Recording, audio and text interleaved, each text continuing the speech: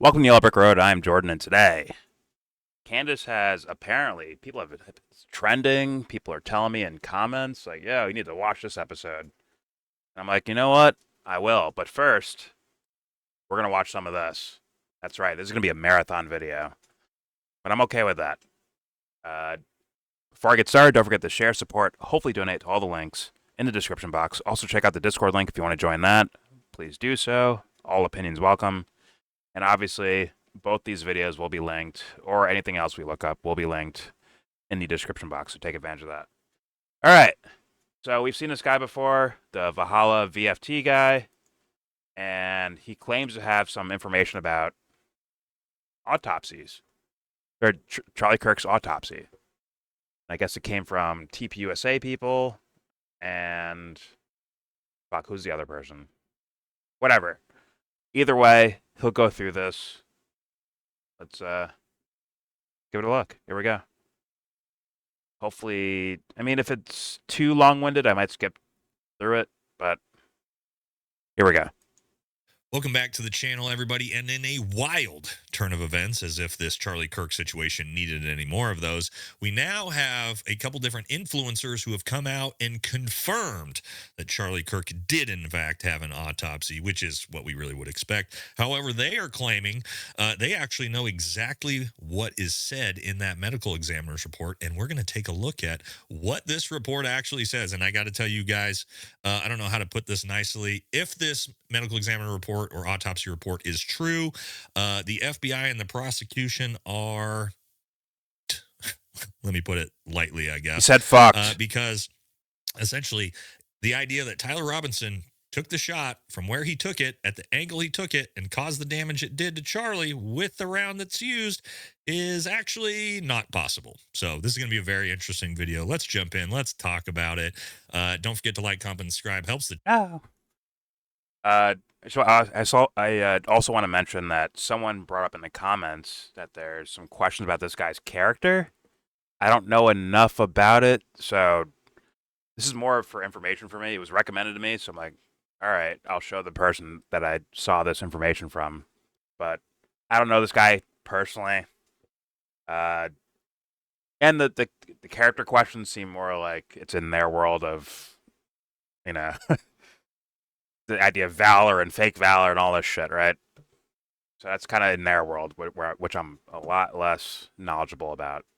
So just wanted to point that out, just to let that person know if they watch this video, I didn't forget what they said in the video I watched. So, all right, here we go. Let's continue. Channel. All right, let's do this here, that this information is true. It is correct, because I'll tell you, when it comes to an autopsy report, A, it's private. 2, it's evidence for a massive murder trial, and the idea that law enforcement are just handing this out to influencers, not a case. So this is hearsay through hearsay, okay, at the end of the day. Somebody who knows somebody who knows somebody, all right? So take all this with a massive grain of salt. I'm not saying these people are liars.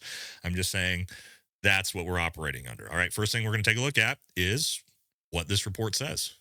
My understanding from speaking with a couple of people high up at Turning Point USA, they let me know that the injury took place right below the jaw in the C2. Uh-oh. The bullet crashed through C2 all the way through C7.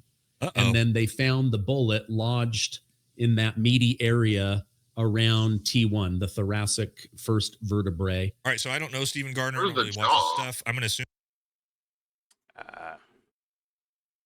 You say through the jaw?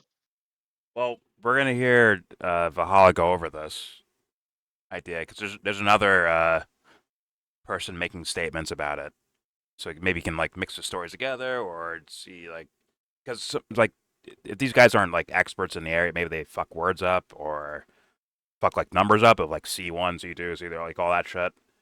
But either way, like, right, I think exactly, like I think the point of what Valhalla's doing is just like, okay, this is the information said, and let's showcase, let's find out if that's even, if that makes sense in any form or fashion. But here we go.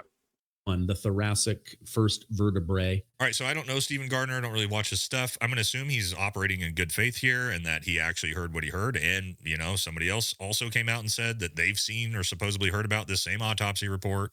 I confirmed, obviously, because I have connections, and I confirmed that the autopsy was done. I don't want to say too much. Officer Tatum. The autopsy yielded where the entry wound was and how the bullet killed him. It's already been determined. They found the bullet lodged in his body.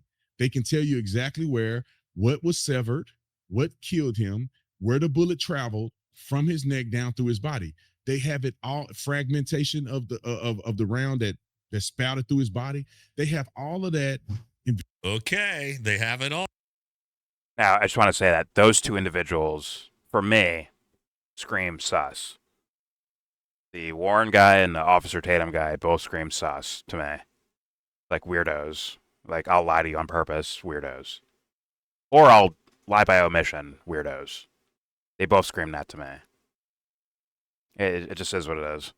That's my opinion right now, but we're not talking about them, I guess. But here we go. That spouted through his body. They have all of that. Okay, they have it all. They've got it proved. Let's see if this even works mathematically or scientifically. Let's jump into it. All right, guys, so basically a middle school math problem. This isn't that hard to figure out. We know that, according to the medical examiner report, this 30-06 round came in, hit him in the C2, traveled down. All right, you guys are going to notice some huge problems with this right away, but let's go ahead and, just look at this objectively. All right, we got a protractor out. Let's put that right here on the C2. Okay, we do know, again, from where Tyler Robinson was shooting, it was a 9-degree slope with a 9-degree offset, essentially meaning almost directly on at a 9-degree slope, which we can travel out from our protractor from the C2 here at 9 degrees. Perfect. So we don't know that exactly, right? Maybe there's what's reported, but we don't know that exactly. With all these things, there's margins of errors, and I watched a video today where a guy was doing a response or a rebuttal to the peak prosperity guy, and he was bringing up, like, here's how you can have margins of error, within the whole story of all this. Like, and it's with, like, it makes sense too. It's not like he's being like full of shit. It seems like he's being like very detailed and meticulous about each idea he's talking about. I might link that in the description box. Brought up the idea of, like, what if the bullet was old, right? What if it got damaged or something, or it was in poor quality to where it wouldn't have the same velocity and impact as like a maybe regular one? I don't know the answers to these questions. I'm saying, like, he brought these questions up and they made sense to me, of worthy questions. Granted, I think this autopsy would help us out quite a bit, and hearing it being just spilled out on the internet from random people, I don't, like, I'm not saying, like, Valhalla is, like, guilty. He's just going over what he heard, right? And that's what these guys are saying. But, like, how come our police people aren't helping us out with this? Because if they can't tell, millions of people have questions. People that never heard of Charlie Kirk have now heard of Charlie Kirk. Like, there's a lot of people that are like, what the fuck is this? But, all right, let's keep going. Here we go. So let me explain how it doesn't work for him, at least. All right, as we pull the protractor off, what's the first huge glaring issue you guys are going to see here? Oh, well, if Charlie Kirk was sitting level, sort of parallel to the ground with his jaw, which he was, let me show you that real quick. All right, so we can see Charlie Kirk is not got his head all the way back like this. He's sitting pretty much flat, looking at the crowd, sort of jaw parallel to the ground as he gets hit. Boom, hit. So you can see that, right? It's actually a little bit of a tilt down even, okay? So let's look at this anatomically. All right, this is essentially exactly how Charlie Kirk is sitting.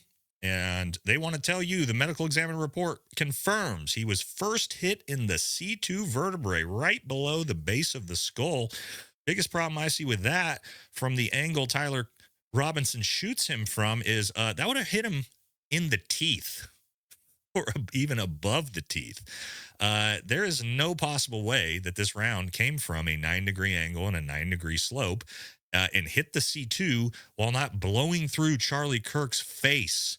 And that would have been not very a thing. gruesome. We also can see the C2 is not where that gunshot wound is. I can show you that right here. All right, as you can see here, yeah, he's got some tilt back now after he's been hit, but that round, sorry for my beard, that round is 2-3 inches below his chin. Okay, this round is not all the way up, just underneath the base of the jaw. It's pretty far down. I would say that's closer to the C4 or the C5, to where that round, to me, looks like he got hit. So big problems right away with this medical examiner report, but let's keep looking at this. All right, so we know this is not possible. Okay, this definitely didn't happen. But if we look at the actual sort of injury to And Kirk, I'll let him looks go like over he's this shot a closer little to bit about right before I get to here. Candace. Okay, on that left side of the neck.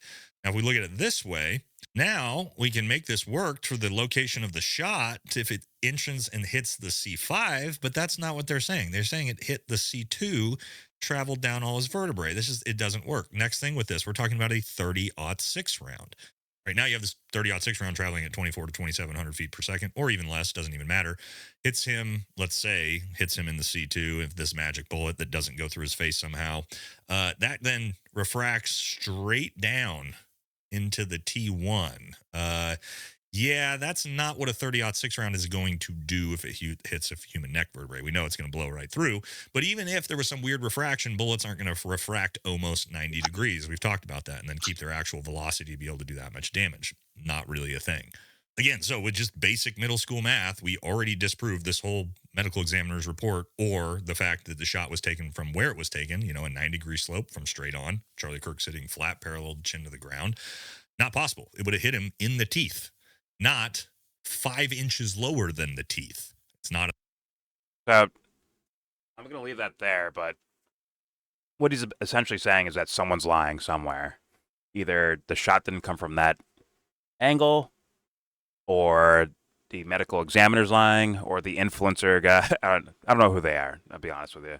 The person that said the autopsy thing, they could be wrong or lying, but the numbers they said in particular were actually pretty distinct, right? You don't just randomly say that. If you're if you don't know anything about the topic, you'd be like, oh, he got hit in the neck, and it bounced around other neck bones and went over here, right? When you're just you don't know what you're talking about. But if you say C1 or C2, right? I would assume you heard those numbers in particular, right? Because you're not some sort of expert or medical examiner yourself, right? So, but either way, yeah, the story continues to be weird, and maybe it gets weirder with Candace's take here. Now, before I hit play on this, I saw images of this already, of the text message thing, right? Now, once again, I didn't hear most of the stuff leading up to that, so maybe there's something substantiating something here in regards to that. But fair warning, people might not like what I say in regards to all this, but maybe Candace convinces me with the stuff that leads up to it. But yeah, without further ado, here we go. Candace Owens, tpusa wants us to stop asking questions about 9/10. Okay, I guess she's doing the 9/11 thing. All right, here we go. Happy Monday, everybody. Today we are going to discuss, or rather, I'm going to introduce to you a psychological strategy that I refer to as David Hogging somebody. You guys remember David Hogg of the Parkland shooting tragedy? Of course you do. Well, it seems like Turning Point USA is now engaging in this strategy of David hogging the public. And I wanted to be clear that it is downright manipulative, and I've really had enough of it. Hogging Frankly, the public. what happened over the weekend is that their TP Action COO, Tyler Boyer, went on a little bit of an X binge. I don't recommend it, which was then highlighted by Alex Clark, who has a show over there on Instagram. And I think it's therefore fair for us to turn our attention back to them. So welcome back to Candace. I'm not watching your fake Do a different scenario. soulful fucking intro. I don't want to hear it. So let me put it to you this way. I'll give you a different scenario. If at this very moment, McDonald's publicly announced that their CEO was stepping down and they were going to replace him with somebody else, nobody would care, right? There's not going to be any public outcry about them doing that. The average person doesn't even know who the current CEO of McDonald's actually is.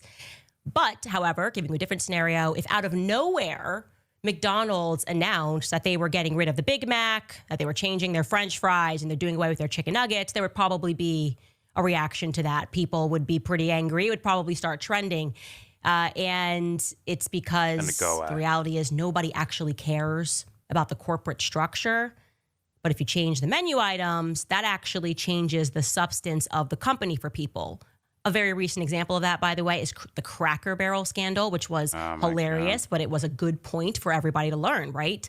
Corporate over at Cracker Barrel effed around, and they found out pretty quickly that old man on the logo, that inanimate old man that was with the cracker and the barrel, actually had more meaning to the public than their entire corporate division. They were ready to just walk away from it all because they got rid of the old man and his barrel.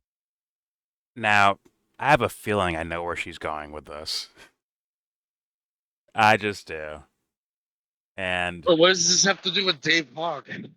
No. It's the idea of like Charlie's like the Big Mac or the guy on the Cracker Barrel thing, and corporate is corporate, right? And if you get rid of the Big Mac or Charlie, it'll have a bigger impact on, or people will feel more impacted by it.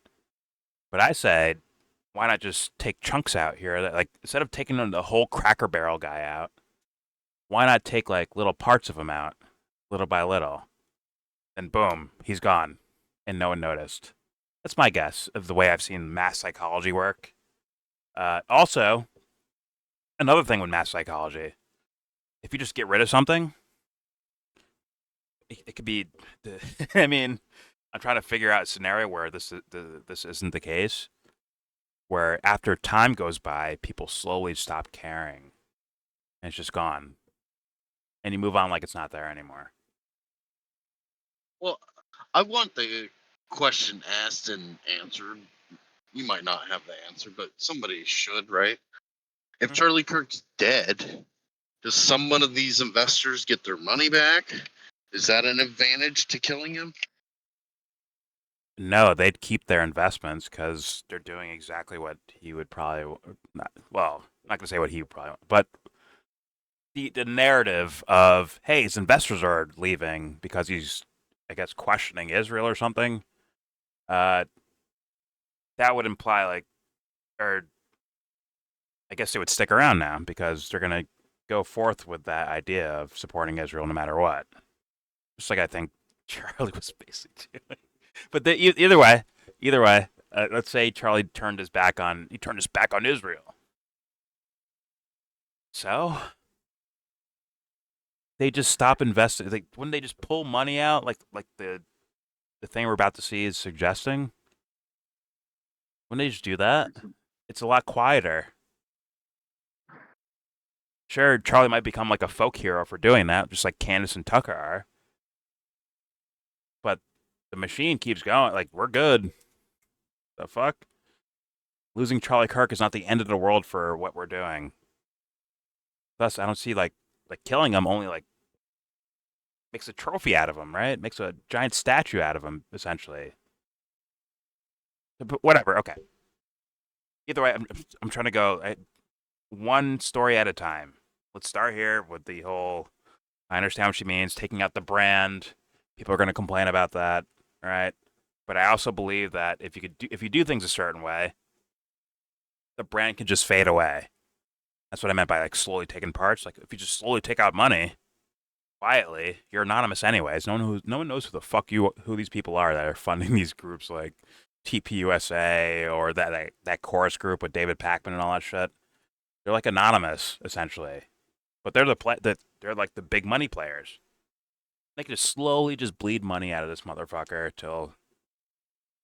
All right, Charlie, time to stay home and do your podcast. You can't travel the country anymore going from college to college because maybe someone makes a phone call to the president of those schools or whatever. Just like Charlie got his phone call about Epstein, right? But anyway, all right, either way, let's keep going. Here we go. Now, I raise this only to say that I have seen multiple political organizations within recent years especially when money starts pouring in, right? There's this like arrogance that sets in, and they start to delude themselves into believing that they're smarter than their customers, that they're smarter than their audience, so to speak, right? Like the magic is actually the corporate structure. Audiences, I want to be very clear, will catch a vibe pretty quickly. Audiences are smart, they're perceptive, they will sense. No offense, anyone in an audience, but on average, no, we're fucking not. I can almost name you the amount of things we've fallen for. I can name you a lot of them. I think people are falling for this lady, by the way. Not saying everything she's saying is wrong right now. I'm not saying, everything she says in other instances are wrong. I'm saying I smell something weird about this lady, and if I'm proven right one day, what do I do then? Shuck my yeah, we do fall for things. We're not so smart, are we? Anyways, here we go. When something is off. We'll find out, and won't the we? harder that you try to convince them, a lot of these people are Trump that their supporters, aren't they? They got senses fooled are by not him, weren't real they? and that they are imagined, whatever. the more obvious it actually becomes to them that their suspicions are correct. Something's not right. Now, to just keep up with the same analogy, Charlie Kirk was essentially the old man on the Cracker Barrel logo. People were invested in Charlie Kirk. Sure. We have, at this moment, no definitive understanding of what happened on the day that he was assassinated. But what we do know definitively is that the feds are lying to us. That is obvious. It is abundant. If you're able to think thoughts, you recognize that something is very wrong with the story that has been presented to the public.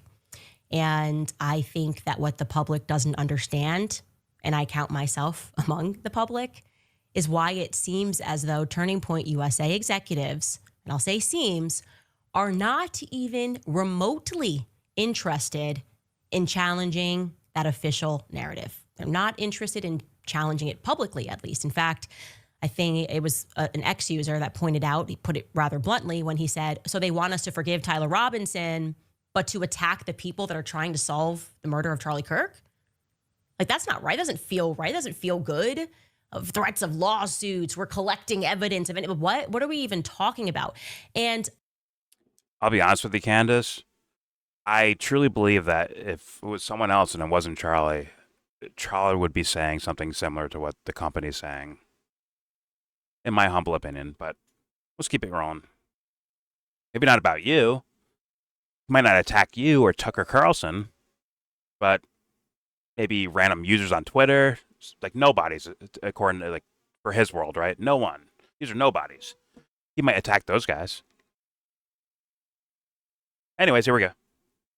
I want to say that what's been bothering me in particular are the micro lies. It seems that they're suddenly in the business of telling micro lies, tiny little misrepresentations, tiny little half-truths that right out of the gate seems altogether unnecessary. It really makes me wonder, who are they protecting exactly? You'll see oftentimes they and other influencers will invoke Erica as the reason that it's not appropriate to ask questions. It's just not appropriate while Erica is still mourning for you guys to ask any questions. And I'm just going to come back at you with some common sense. What sort of widow wouldn't want people to investigate the assassination of their husband? She has not explicitly said that, but the influencers are invoking that, right? They're invoking it's not appropriate right now for people to be asking questions. That's what I mean when I say they are David hogging us, okay? You could also use another example, somebody that was on the right, Kyle Khrushchev. I'm going to say pause for What it essentially means is that when a tragedy takes place and we are all, we are emotional, our emotions are raw. Me especially, I think this was the first time where I couldn't really check my emotions. I'm just now moving out of the grief stage. There will be people that then will try to manipulate you, right? They will try to manipulate you by using that strategy of saying, well, it would be really wrong. It would be really wrong for you to look beneath this layer or to ask a question about this. And it would be an injustice to Charlie Kirk's legacy, really. If you really loved him, then you shouldn't do this, okay? Because the tragedy just happened. And they did this, David Hogg. You're not allowed to question David Hogg. Like, he suddenly became an authority. And no matter what he said, we were kind of told by the journalist that it made perfect sense and he should go to Harvard. And, obviously to the extent that anybody suffers and survives a school shooting, I'm with you. And I think that that's totally fair. But then when you go beyond that, it starts to feel a little bit like you're emotionally manipulating us and that you're actually trying to silence people who have valid questions or criticisms or concerns. That strategy, like I said, it That's worked fair. for me in the beginning. I was definitely completely worked by it. And I was feeling like, even though I knew that they were telling white lies, that I should just allow it and to instead focus my entire attention on just unpacking the federal lies. Yo, Candace, I need to go. Okay. So Candace is like, all right, I was being nice. But now I'm ready to look at stuff. Go back to that video, that edited video with the Andrew Colvett guy answering a question about the whole autopsy thing. Go back to that one, because I'm very curious, because you skipped past it so fast. I'm like, okay, I guess she was just being nice, right? She was being, she's emotionally charged, right? So she missed out on what was being said there. Or I don't know. The thing she said where she's like, oh, no, this guy has nothing to do with anything. This Andrew Colvett guy, he's just a PR guy. Has nothing to do with anything. I don't know if she was just emotionally, held ransom, or I don't know, being nice. I don't know. I'd be curious what she thinks about that. I forgot exactly which video it is, where there's like an edited. Bring it up. Let me see.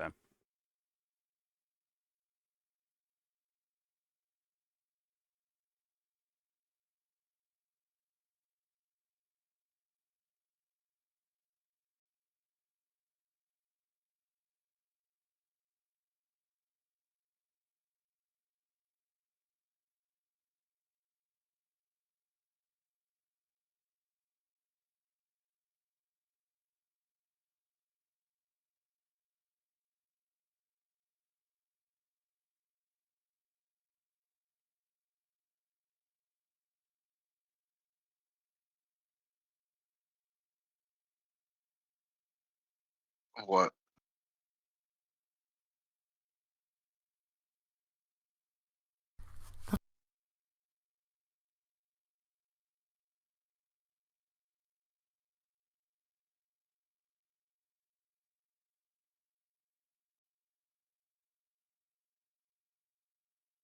It might be this one. Welcome to Yellow Brick Road. No, that's where I did the. Is that it? No, that's a different one. Here was way longer than it should have been. Yeah, it's a different one. So I wondered if the girl had given him stuff, like if there is.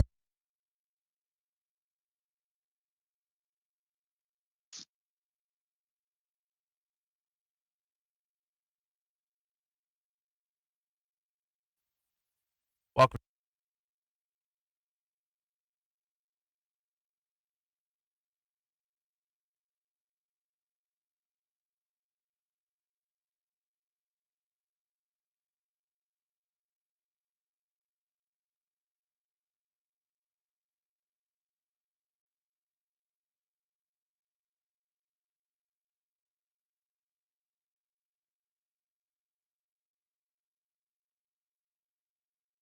Am I tripping? It's the one where she's sitting down with the fucking tpusa guy. Or, no, she's not sitting down. She's playing a video of that guy sitting down. Why am I brain farting? Which one was it? It was sometime last week. Is this one? Tuesday? I know it's taken time, but yeah, okay. Exactly He loved directly. Yes, that's exactly it. That's it.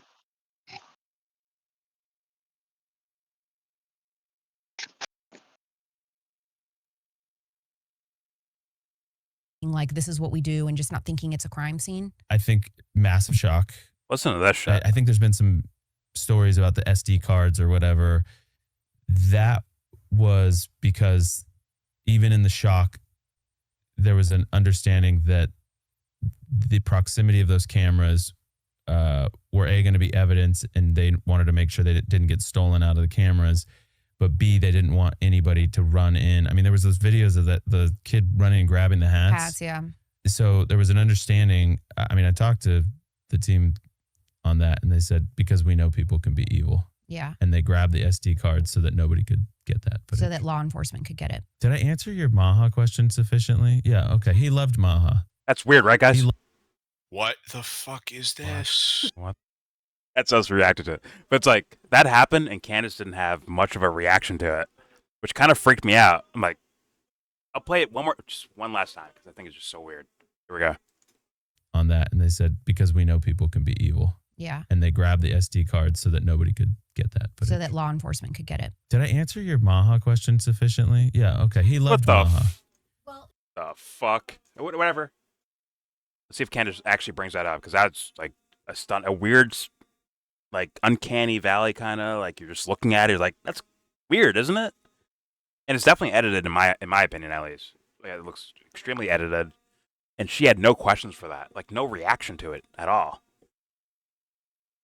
All right, here we go. Just keep playing. Here we go. Fuck it.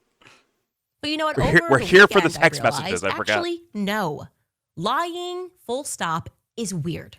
It's weird after a tragedy. It is weird after someone that you purport to be your best friend. You're so close. Why are you telling micro lies about that person? And actually, by exposing those lies, perhaps it will reveal a bigger picture. Because what would motivate it? What would actually motivate it? Now, I'll give you just one example here, and we're going to get into some stuff that's rather bombastic, if I'm being frank. But one example that I bit my tongue on a couple weeks ago was when influencers randomly went on a full attack mode against me when I very casually, you guys watching the series, very casually mentioned that Catholics were hoping that Charlie was going to take the next step and convert. Like, of course, I'm Catholic. Of course, what would be wrong with me sharing that? Everybody was sharing their stories about Charlie and the conversations they were having. But for some reason, Candace saying, and I'll sum it up, effectively, it was like 2 sentences. Charlie was going through some spiritual changes towards the end. Catholics were hoping that he'd take the next step because he was praying the rosary. I never said he converted because he didn't. That would have been dishonest. But people were somehow really angry. Somebody clearly hit the panic button. Suddenly, a bunch of videos were being made disputing the narrative. People were going, I knew Charlie, and he was truly evangelical to his core. Blah, blah, blah, blah, blah, blah. And I want to tell you this, it felt coordinated. It felt fake. It felt unnecessary. But most importantly, it was untrue. Okay, it wasn't true. And I'm going to share with you some more truth so that you can contextualize it. Charlie was attending Mass weekly. He was sometimes even attending Mass daily. He was not attending Pastor Rob McCoy's church. As I mentioned before, yes, he was praying the rosary. Charlie, in fact, was wearing the St. Michael pendant when he died, okay? As has already been publicized, Erica took a Catholic bishop with her to pray over his body on the day that he died. These are all indisputable facts. And it is also a fact, which was presented by Megyn Kelly, that a few weeks before his death, Erica had a priest come over to pray over them when some witches thought it would be funny, whatever, to put a hex on him. Okay? That's a lot of things that were happening behind the scenes. And the people at Turning Point USA knew those things to be true. Okay? They knew everything that I just shared with you. They knew for a fact. So I was a bit astonished when Andrew Colvett and Alex Clark similarly jumped in this inauthentic attempt to dissuade the idea that Charlie was softening on Catholicism. It read to me like just sheer hatred of Catholics for no reason at all. Here's what they said. I'll jog your memory. I want you to listen to this. Oh, that might be the lady interviewing. All of the additional details that I just shared with you. Okay, take a listen. Was he becoming Catholic? Okay, okay. But he really loved Catholic Mass. He loved the ritual of it. He loved the beauty of old Catholic churches and the stained glass. And him and Erica would go sometimes. Yeah, well, Erica's a cradle Catholic, but she ended up kind of like me. I grew up Catholic and First Communion and went to Catholic high school, but then I ended up becoming a Christian in college through a Protestant church, through a non-denominational kind of more experience. It was actually Presbyterian, and then it was kind of non-denominational. And I think Erica kind of follows that same path. She and I share that. Also, by the way, I just want to draw attention to. Where's the insult to She's Catholic? posted a photo of her and Charlie and the kids I was in born mass before, Presbyterian. and somebody in the comment section said, "Oh, are you guys converting?" And she We said, didn't go "No, to church that much. we just like attending sometimes." So she Yeah. herself had said no. Yeah, and I publicly. think Charlie, My one of- grandma one of was Charlie Southern Baptist. really hated Yeah, and I worshiping was in going like to hell a for gym. tying my shoes wrong. Mm-hmm. So Don't worry, they'll find out. You know, or Yeah. some sort of kind of blank space that you just turn into church. There's no problem. He didn't have a problem with the act of that. He just didn't I think the prefer clip it. I played is more pertinent. And he but loved, whatever. again, the ritual, the ancient, feel of a Catholic mass, and the fact that everybody around the world that was worshiping as Catholic, he loved that. So he had some really big theological hangups with that. You can go check the videos out, him debating with Michael Knowles, in good fun. I mean, they were dear friends, but they loved kind of debating the whole Protestant versus Catholic thing. Now, given everything that I've shared with you, does that conversation register as like totally and completely authentic, or kind of trying to be like, yeah, no, like he loved the architecture of things, but beyond that, nothing was happening? Like that's not fully honest, and it registered to me like a cover up of sorts. And I was wondering, like, what are we exactly covering up? Like, I wasn't going Catholic gang, wasn't trying to bring back a 30 years war. I was just sharing the communications that I had with him. And now I felt like suddenly so many people were racing to establish that his legacy was anything but Catholic, right? Like he was super de-duper Judeo-Christian. And ironically, it was. I'm sorry, but like, I thought the clip I played was actually more pertinent for something towards the murder of Charlie Kirk, right? That's what I thought. Maybe I'm tripping. I don't know. Here we go. Judeo-Christianity that I was challenging him on personally, like privately. And I was speaking to him about the political pressures of it, the way that I felt because of last year, that it registered to me like more of a cult than a true theology or a religion, or a religious aspect rather. What? And it was back I in actually February of missed this that. year. Judeo-Christianity that I was challenging him on Judeo-Christian. personally, like privately. And I was speaking to him about the political pressures of it, the way that I felt because of last year, that it registered to me like more of a cult than a true theology or a religion, or a religious aspect rather. And it was back in February of this year when, out of nowhere, he's the one that actually messaged me and said, and said Catholicism is sounding better and better in February of 2024. This is kind of when we started having that discussion. We should chat soon. Catholicism is looking better and better. Okay. I then offered back to him a chart just showing how the phrase Judeo-Christianity kind of is really associated with the dawn of the nation of Israel, right? And we did chat about it. We talked about it a lot, and I was thrilled, like I said, and I was being honest that we did chat about it. Is that Charlie's contact picture? Change that fucking picture around. What are we doing? And the last one was worse. I know it's like a screenshot. They probably like Photoshop, make it look like a phone screen, right? But god dang it, pick a better picture, man. Pick like Charlie like throwing a baseball around or a football around or something like that. You know? Is Candace trying to make him basically a religious martyr? Like he died for his belief kind of thing? We're changing his religion, his ideology. We're changing everything, bro. Yeah. He can't. Yo, Jesse. We're changing can he it. do anything and about that's it, why Jesse? he got killed. Right? Can Like he do that's- anything about it, Jesse? Can he? What? Can Charlie do anything about this? Can Charlie now be Catholic?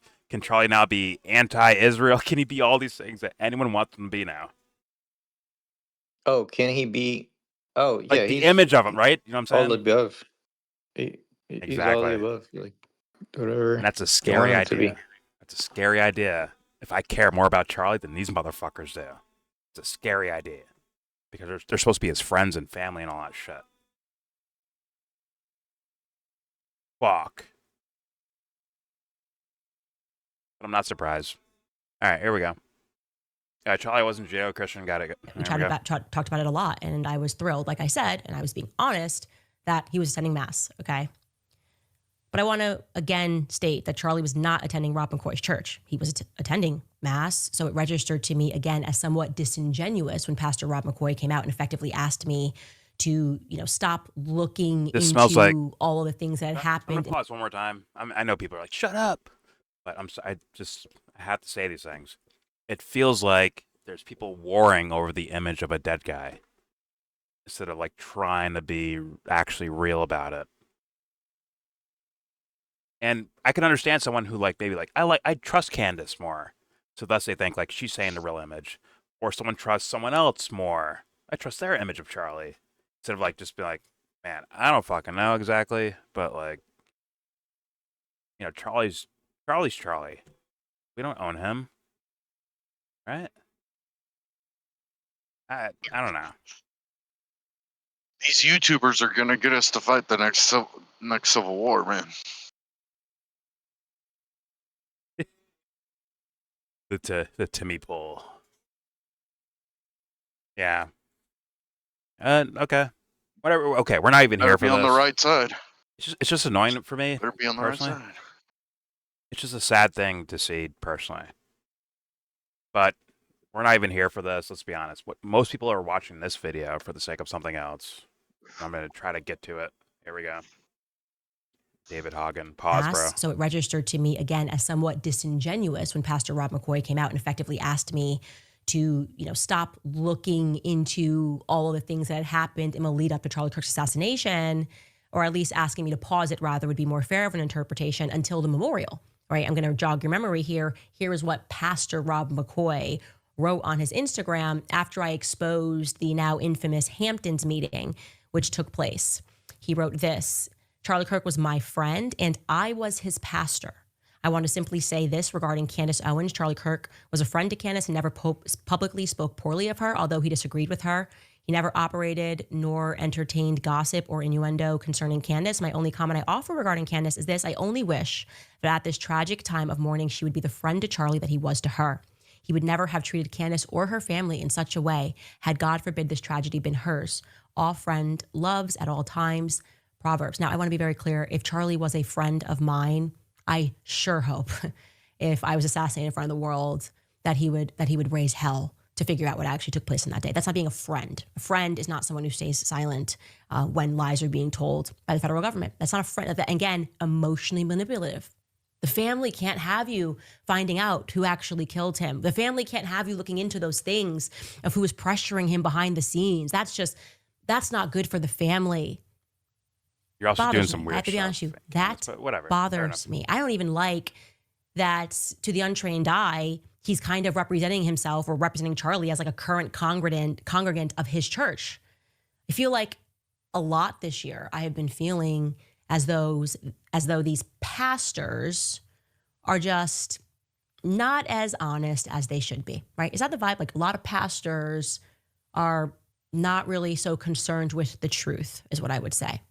I'd say So the we same should with zero in Candace. here on Rob and what his motivations might be, right? Why did he She's kinda decide to post she's this squeezing people, for after sure. I revealed that Hamptons meeting? Pause.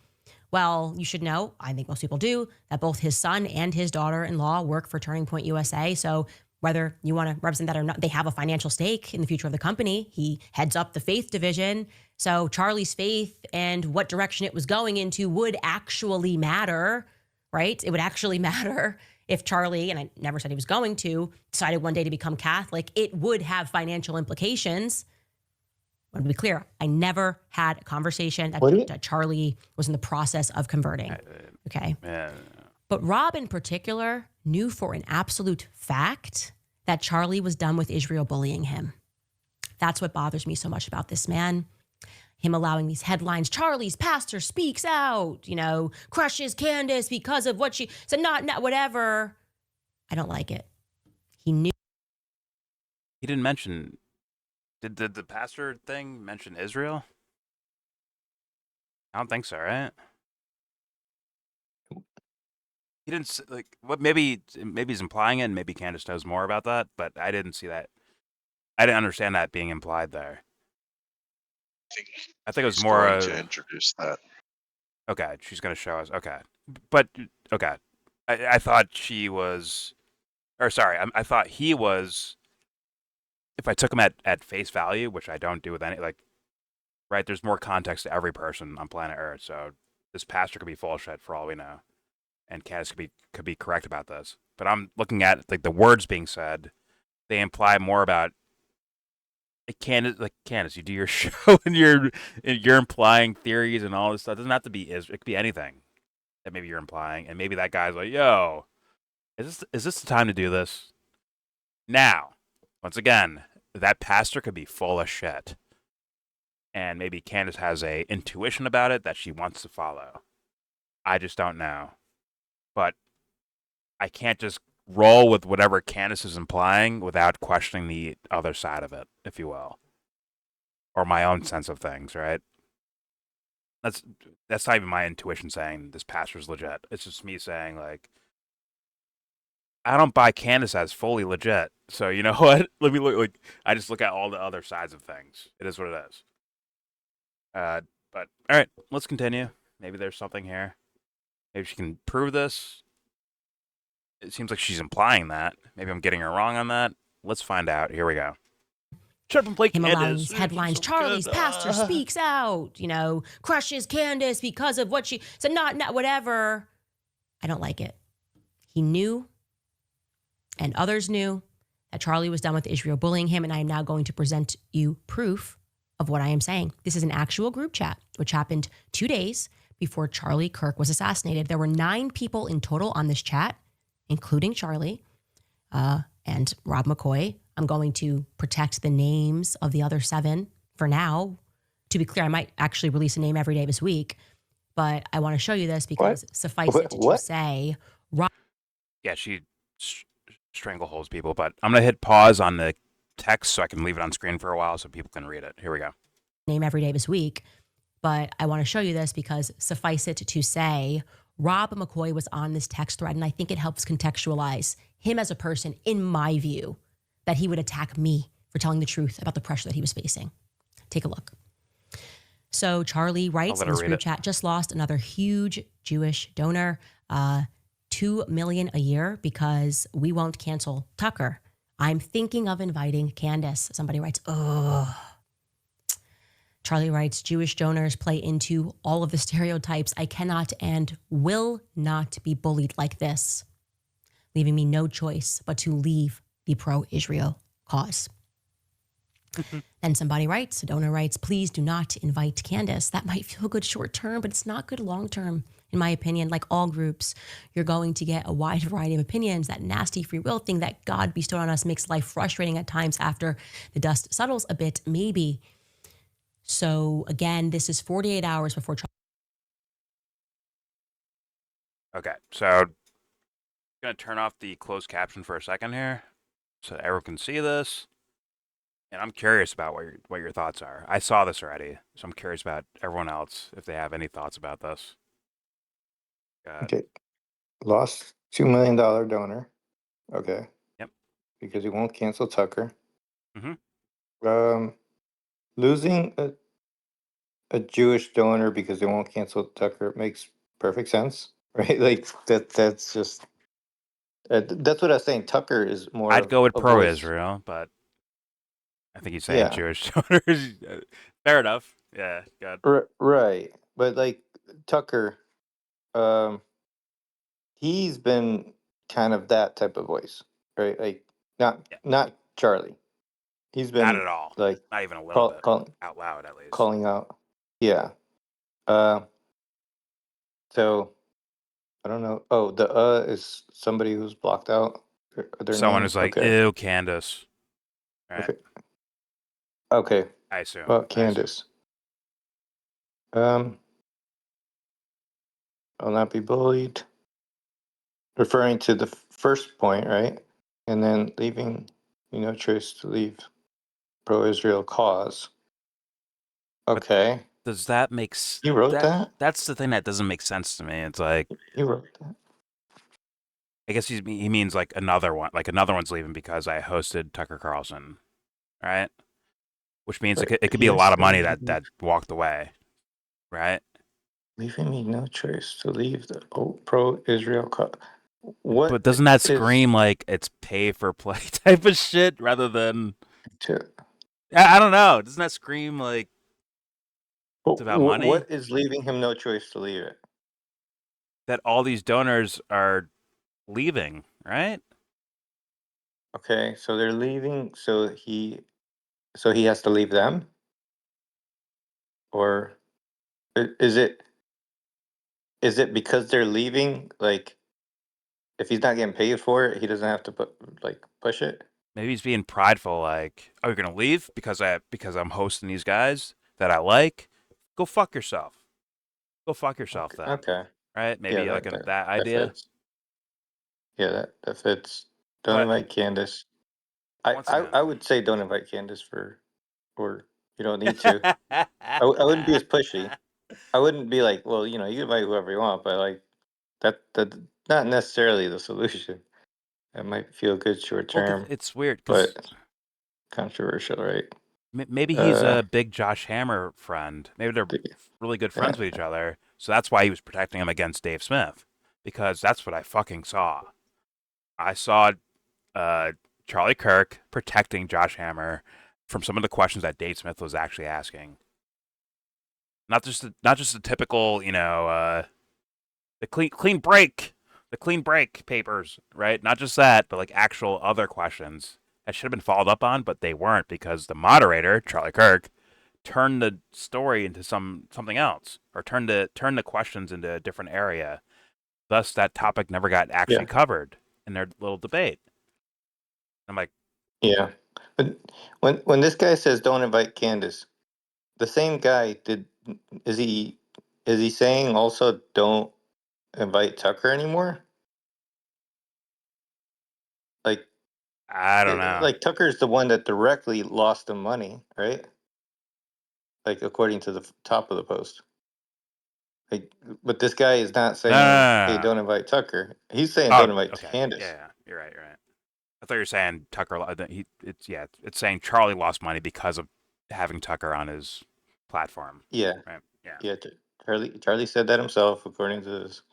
But the other person is not saying, "Hey, well, just don't invite Tucker." He's saying, "Don't invite Candace."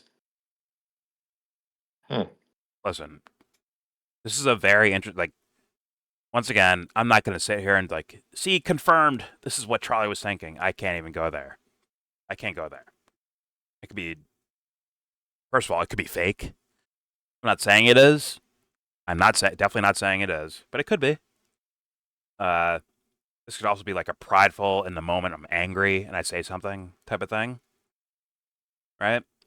But I go to the big Yeah. question: is number one, something like this, or if you can like kind of extrapolate, maybe where Charlie starts moving like mentally and with his personal contacts, right? People he's actually talking to.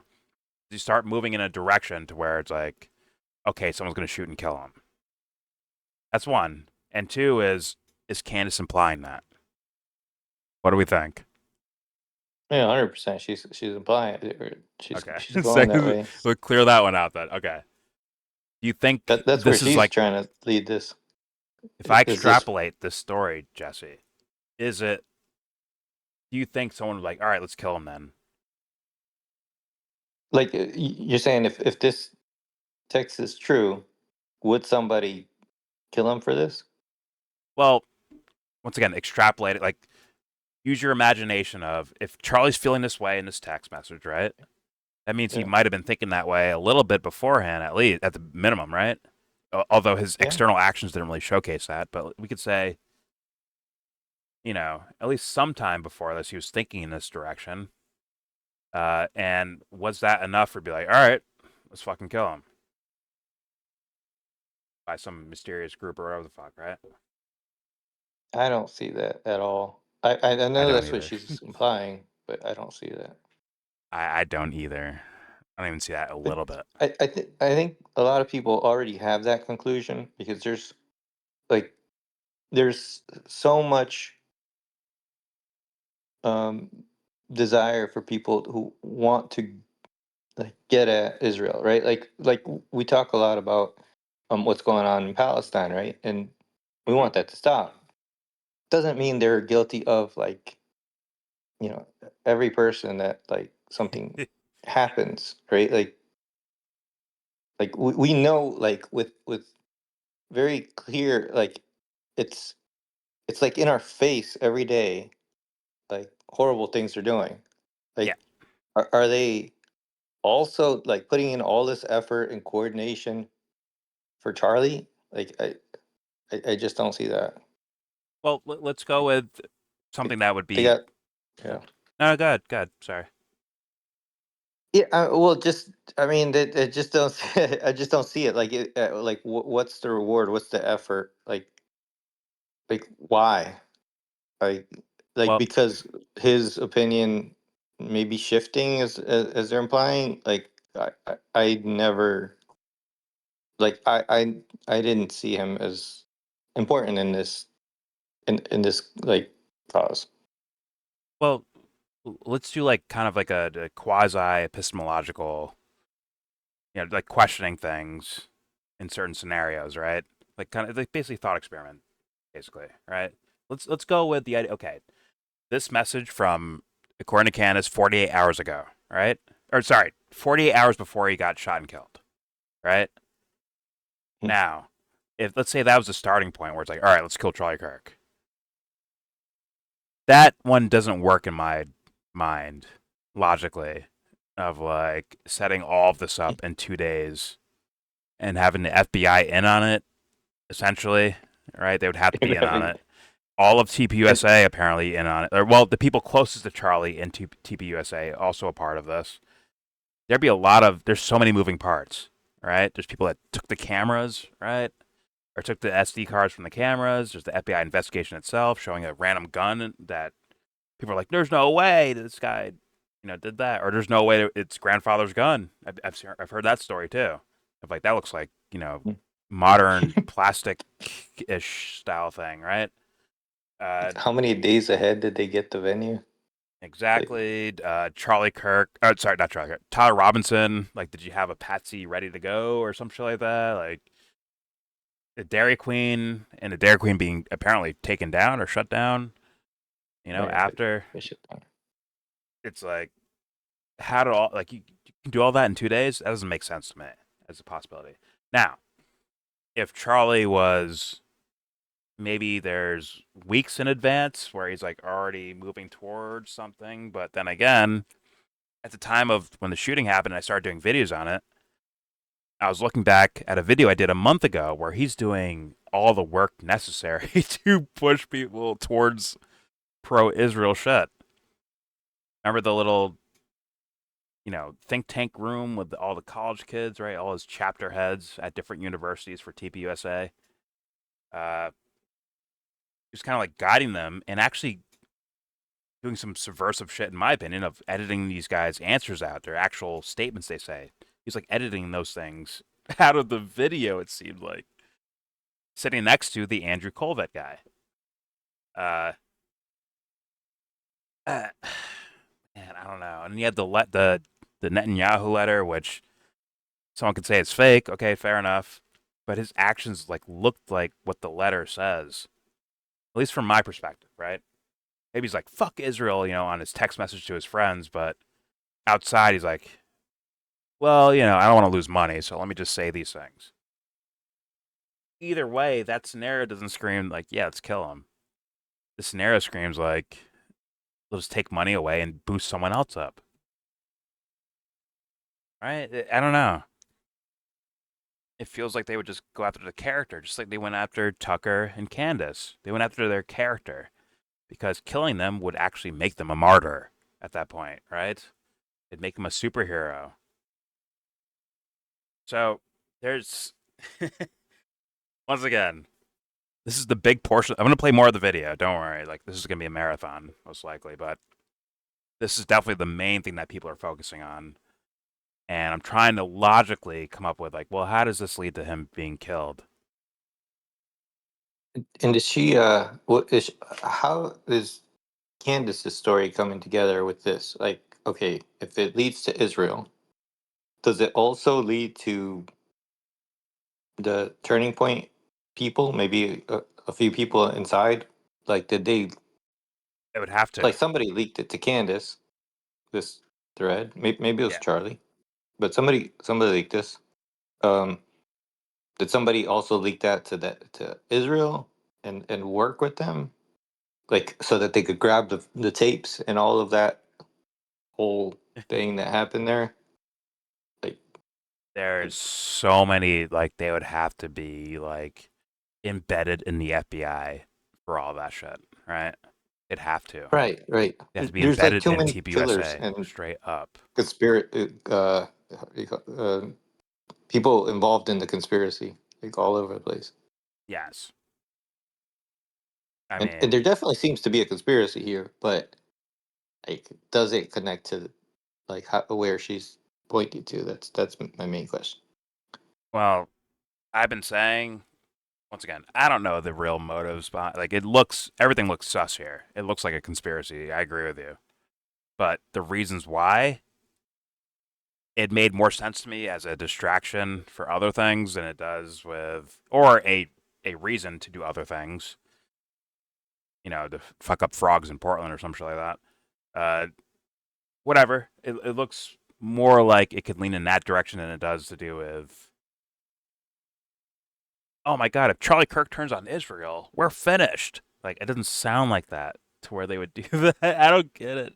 I don't get it in that length, in that idea that Charlie Kirk turning against Israel would stop what Israel's doing in any form or fashion.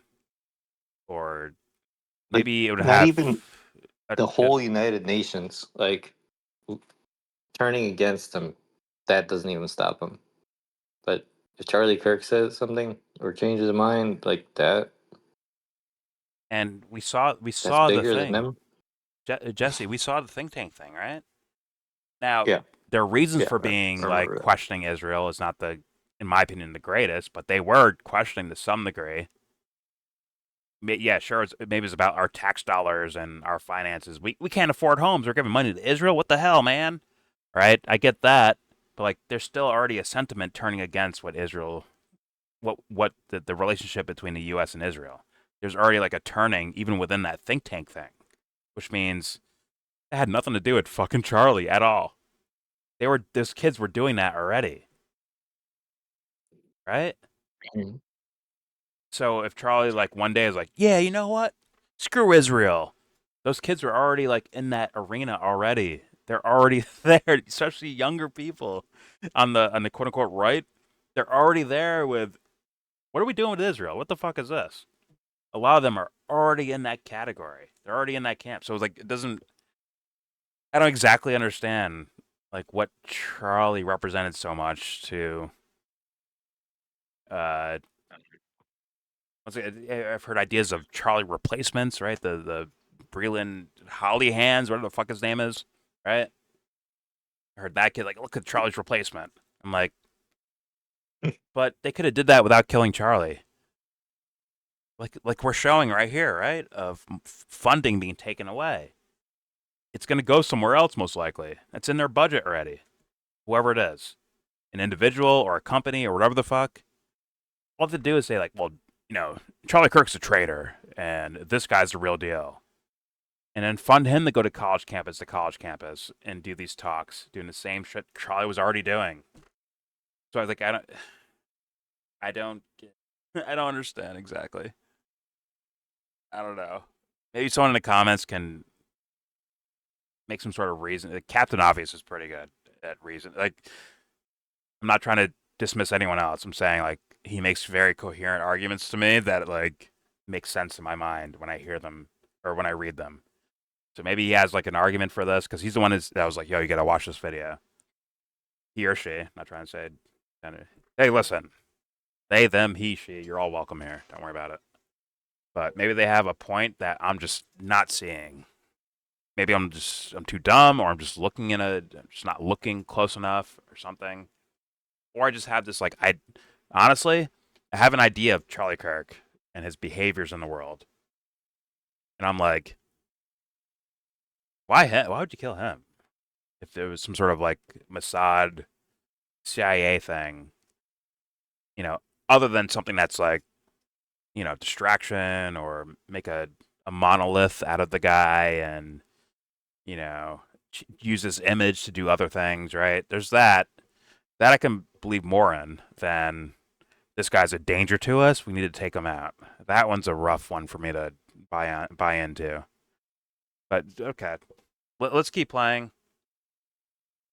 I think there's more to this. I think she goes to commercial or ads at some point, and then she says stuff after, which I wasn't really listening too hard to, honestly. But here we go. Let's see where she goes. Dust settles a bit, maybe. So again, this is 48 hours before Charlie Kirk was assassinated. He was very clear and he was very explicit, and he did not back down, not in that Hamptons meeting, which they're all lying about, nor in this text thread. I'm not going to reveal the names of the other 7. Actually, you know what? I disagree with myself 4 seconds ago. Let's just throw in Josh Hammer for funsies. He's on this chat, okay? There you go. So what are we to make? So, like I said, I watched Charlie moderate a debate between Dave Smith and Josh Hammer, and Charlie, although he was like maybe a little bit more fair to Dave Smith than maybe like a year ago he might be, or 2 years ago, or 3 years ago, whatever, right? But he still was definitely protecting Josh Hammer. It definitely looked that way to me. But maybe you guys go watch that and have a different impression. I'll say fair enough. Here we go. Make of that. Okay, now that I'm showing you this and showing to you that the conversations were real, I want you to reflect, and it took me a lot of patience to allow the lies that were being woven and the misrepresentations of people that were pretending that I was just, high on lying about Charlie and the pressure he was under, the attacks that not just me, Tucker Carlson, Megyn Kelly faced for trying to stand up and tell the You guys are truth not about what real Charlie was friends, actually honestly, going through. but whatever. Why are you hearing it, though, from me and Tucker Carlson and Megyn Kelly? Wait, Isn't that is the weird? We've pressure got that he people that doesn't are get hosting $2 his million? show. Is that the pressure? No. That was one of other. He said another, like in the text. He said another donor. Yeah, but like the big pressure is that some of the people are leaving, giving you money. But I This is the thought big pressure. I thought that would be the big screw over for Charlie if he turned his back on Israel. Wouldn't that be the big screw over of like, all right, we're done giving you money? It wouldn't be let's set him up to get shot and killed, all right? Yeah. But, we'll just take his money, give it to someone else. Maybe this Breland Holly Hands guy. We'll boost them up to replace Charlie. That's a lot easier and a lot cleaner. But I mean, like when he mentioned, so in the text he mentioned Tucker, and he mentioned maybe bringing on Candace, but As because like of a threat or I don't know, something. but like I didn't see him like calling anything out about Israel. He's like so the pressure that he's under is, oh, some of the donors are going away. Like it's some money thing. Like it's less money than before. It's not like, oh, these guys are doing something morally wrong. Like we really can't support them anymore because of this wrongness. She's saying the pressure is these guys are, or some of the guys are leaving, giving him money. That's the pressure that he's feeling. Not that he's supporting something that he feels is just wrong. Hey, listen, I threw this theory out there before about like if Charlie's making the money dry up because of maybe his perspective on perspective changing or some shit like that, and you're making millions of dollars a year, maybe you're like, yo, listen, you're fucking the business up, bro, and you do some weird ass fucking mafia style shit. I'm not saying that's the case. It's kind of far fetched, but I throw the idea out there. Just saying. That's like within the tpusa motherfuckers, right? Or people that are in the orbit of that make money off of that entity, right?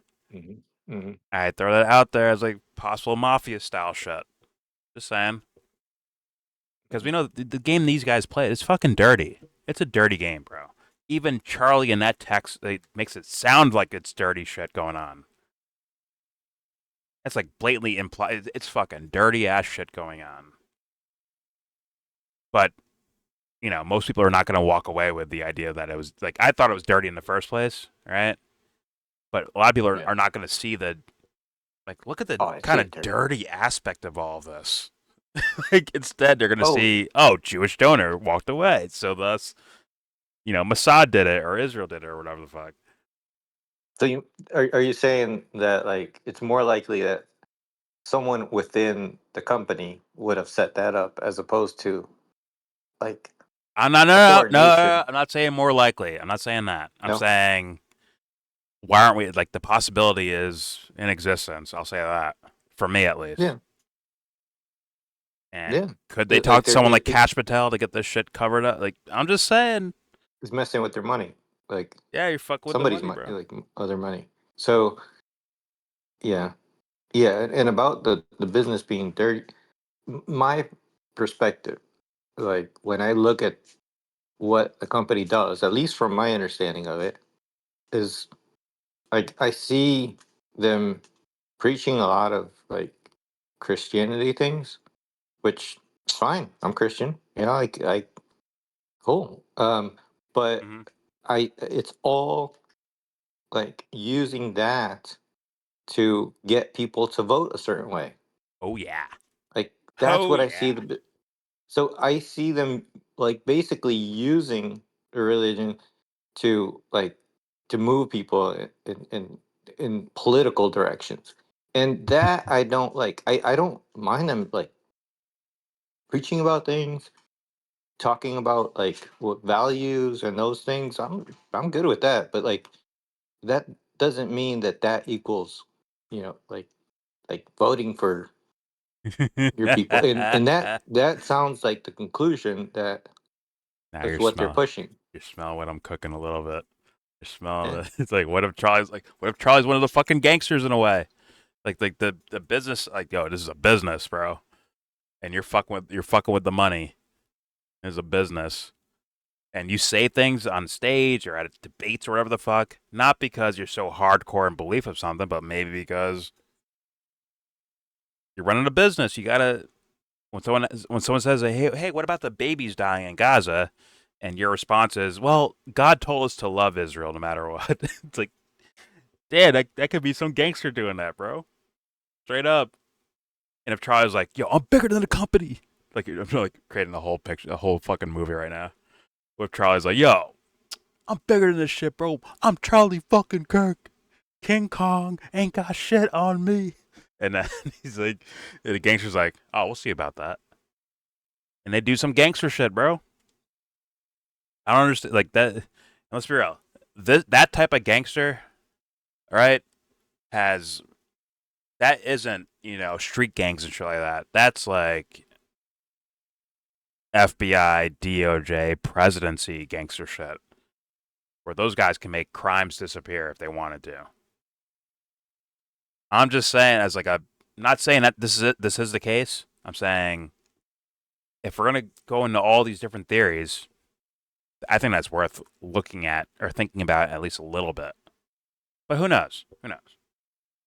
You know, like if we're gonna go with like, oh, Mossad did all this work just to take Charlie Kirk out.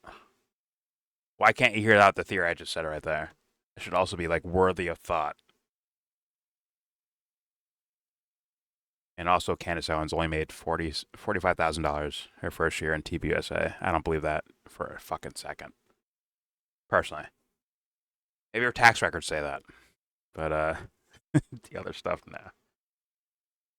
But all right. Here we go. Let's continue. He was under the attacks that not just me, Tucker Carlson, Megyn Kelly faced for trying to stand up and tell the Megyn truth Kelly's not a about threat. what Charlie was actually going through. Candace, you're Why not a are you hearing threat, it, though, from me Tucker's and not Tucker a Carlson and fucking Megyn threat. Kelly? Isn't that weird? You got people that are hosting a show. Have they, in like one honorable thing, come out and said, like, you know what?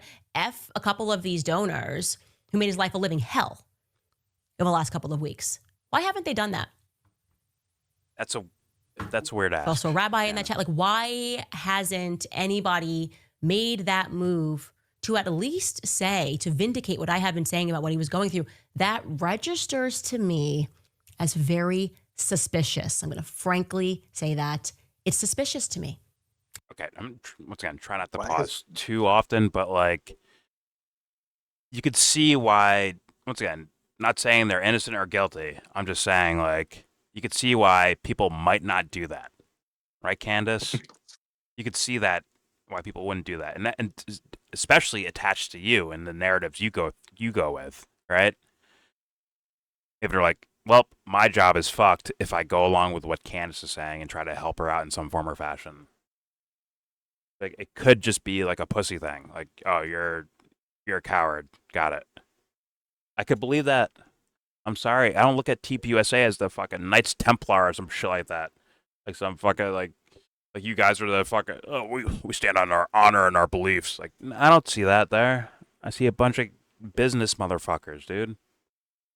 I do. It is what it is. So, like, I wouldn't expect them to like, jump out of their faces to stand on honor and shit like that. I'm not saying Templars are like that. I'm just saying, like, you know, like a fucking cult of things of like, you know, we do this because we believe this. I don't see that, bro. I don't. But I think Candace is used to like these listeners. They like listen to what she says, right? They don't really focus on what she says, but you just hear her conclusion. And it's like, yo, these guys are suspicious. But if you pay attention to what she actually said, what is suspicious? The fact that they didn't jump on, like, there's a lot of conspiracies out there, right? Like, there's Yep. dozens and dozens of them out there that like people are trying to figure this out. And the fact that they didn't jump on hers and say, yeah, Kansas, what she's saying is right. So they're not backing her up. Uh, so they're suspicious, but I haven't seen them backing up any of the like different, theories. Like I don't see them the like Andrew jumping Colvin on. guy. Well, a little weird. I don't know if he's in that that group chat, but the Andrew Colvin guy, some of the shit he said, I'm like, that's kind of weird. But Oh, what? One of them is. The spokesman guy, who's the first guy to bring up the Man of Steel neck thing, and then the clip I just played before, that Candace didn't even recognize what was happening in that discussion at all. Apparently, Oh, she but didn't even realize.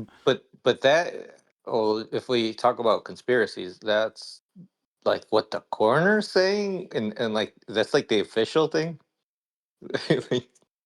Yeah, well, it is. Yeah. Well, Candace It's kind of walked over it and went to see. Look, they're trying to dismiss Catholicism. See, that's where she went with the clips that were played from. I guess I forgot her name, Alex something girl and Andrew Colvett talking to each other. She went with the Catholic thing. Maybe Charlie was thinking about becoming Catholic, but look at these guys. They're making fun of it. They're shitting on Catholicism. See that? That's the narrative she just went with. Like before, like in this video, which makes me kind of wrecked, but yeah, pretty weird, man. Pretty fucking weird. But all right, let's just keep playing, I guess. Here we go. I got a conspiracy theory. Oh God. God. The Pope killed Charlie Kirk because he was a blasphemer trying to join the Catholic Church and dishonor it by joining. I was trying to stop him from becoming Catholic. Got it. Yeah. And he used a not hypothetical, but like a literal magic bullet to get the job done. Got it. All right, here we go. So I'm going to frankly say that Another theory to it's consider. suspicious to me. It makes me think that miracle bullet, in the same way that Charlie was being pressured by money, that you might be now run by that same money, that those same donors might be running you to correct the ship and to I think she's got a point there. yourselves on eulogizing Charlie as something and someone that never once flinched, never once for a single second doubted the Israeli cause. Oh, shut. Now they want us to suddenly believe the best way to honor Charlie is to shut up. The exact opposite of what he quite literally laid down his life doing. Answering questions, turning point. Answering the questions is what he was doing. In the second. No, he fucking wasn't. I think that to me is a lie. Or, well, I'm not gonna call it a lie. It could be like a friend caring about their friend dying, so thus they kind of make them special. But Charlie avoided plenty of questions. We watched him avoid questions with his own fucking youth groups. We watched him do that. But I understand, like in his memory, I guess. It's like, all right. What he did was he answered questions. Got it. All right, here we go. That he died, okay? And we all are feeling spiritually the same way, so I'm just going to say it. They're not grieving right. It's not up to us to decide how people grieve, but I will say unequivocally that you shouldn't grieve by lying or by gaslighting. Is that fair? Can we all agree? You should not grieve. I think in 1 week by she goes after lying Erica and Kirk. gaslighting 1 the week public. she does. They want us to believe that the only way that we can support and honor Charlie's legacy is by donating our money. But it would not be supportive for us to try to figure out who killed him and why the feds are lying. We should instead just trust the feds and excuse their little half-truths that they're telling along the way. Now, on that point, they keep trying to make it seem like it's completely normal that 4 minutes after Charlie was shot, someone on their team nervously raced to grab the SD cards, specifically from the camera that is behind Charlie's head. And that was because during that time, I think it's like trying to make it normal that his instinct was to stand on Charlie's chair to actually violate a crime scene, but also to mysteriously just grab the SD card out of the camera, right?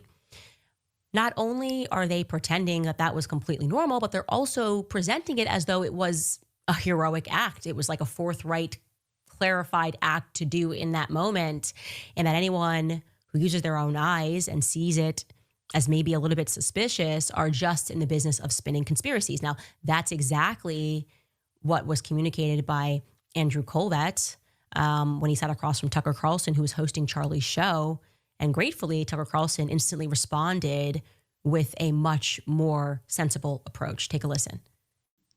By the way, just one other conspiracy theory I just want to snuff out here.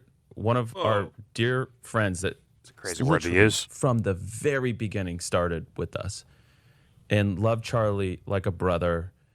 He grabbed the SD cards out of the camera afterwards. And there's all these conspiracy videos about, like, why did he grab the SD cards? Well, first of all, they're in the possession of the FBI. Okay. It's not like he took them and like ran off with them. But they Second are. of all, I asked him. Okay, so that's news, right? For me, at least, that's news.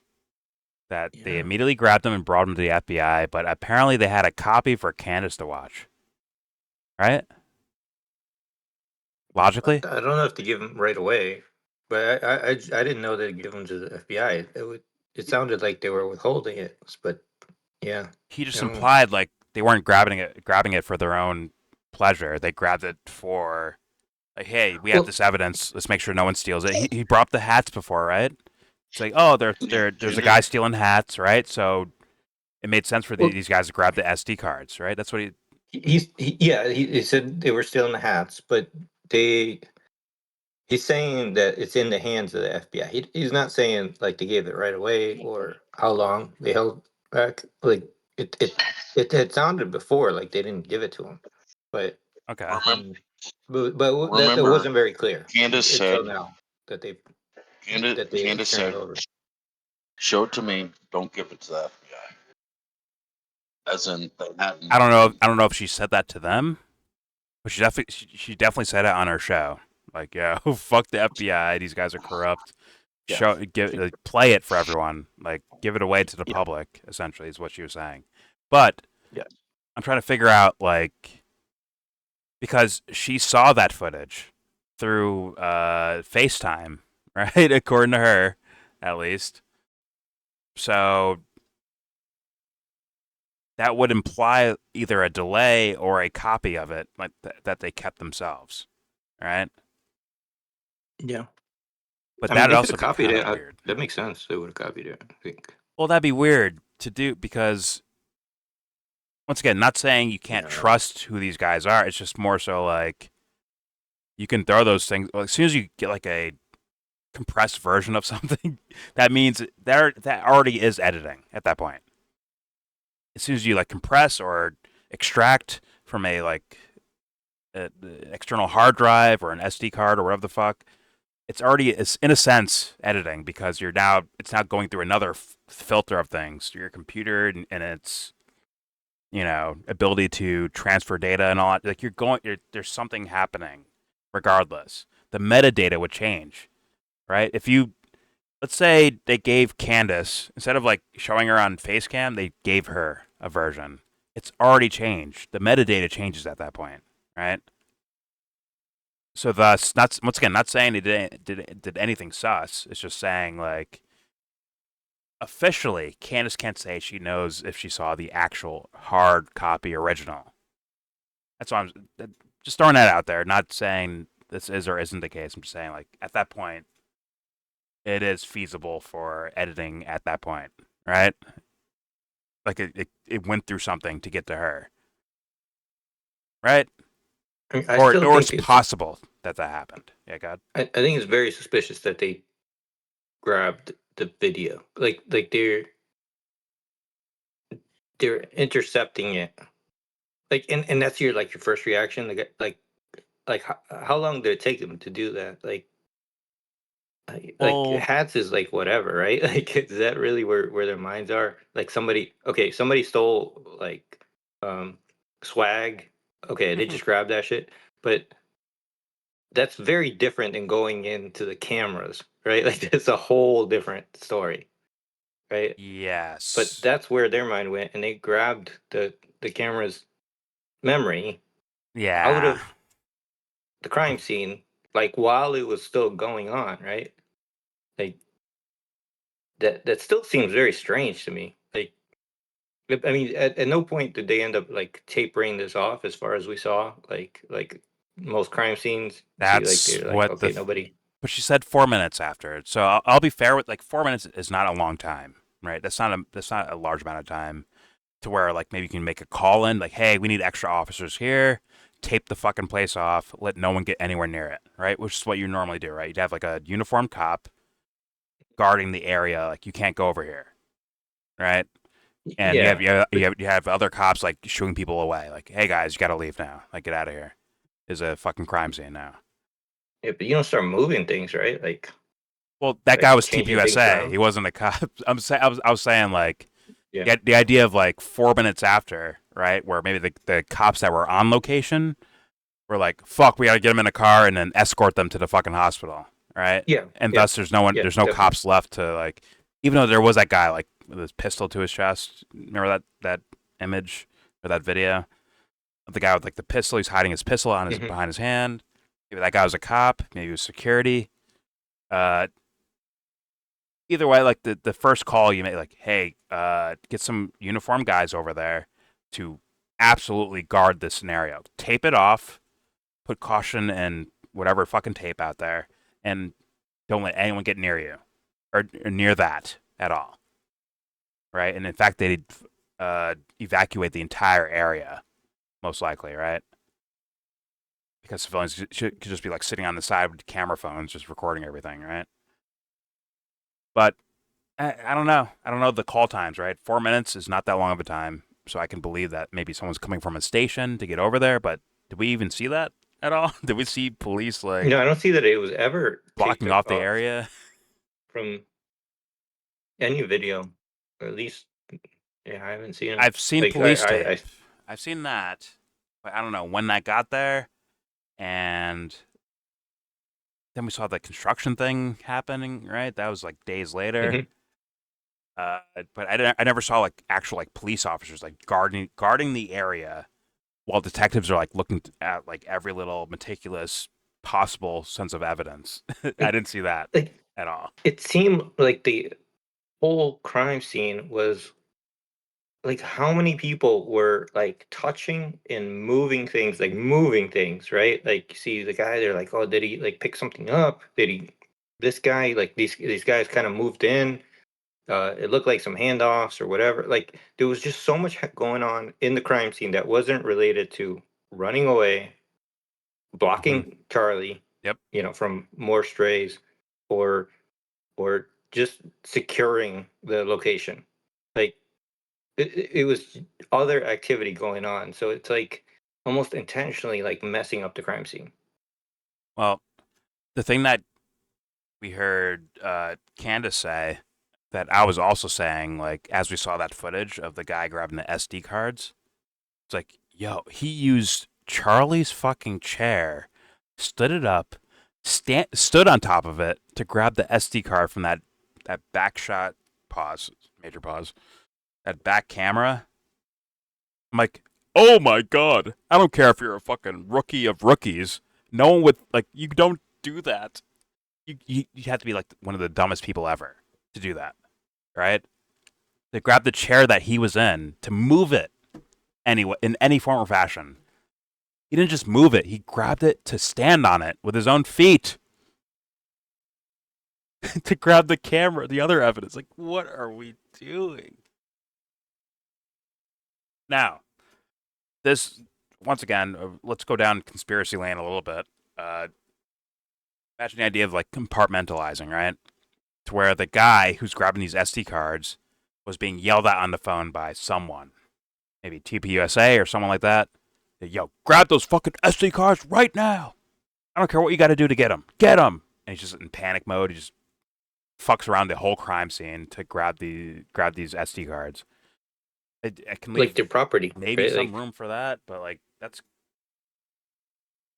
like they're thinking about like, okay, these are our property. Let's take it because we're leaving. yeah. Like But like that. if the cops were like, yo, man, we need those tapes, but don't touch them. We'll get them ourselves.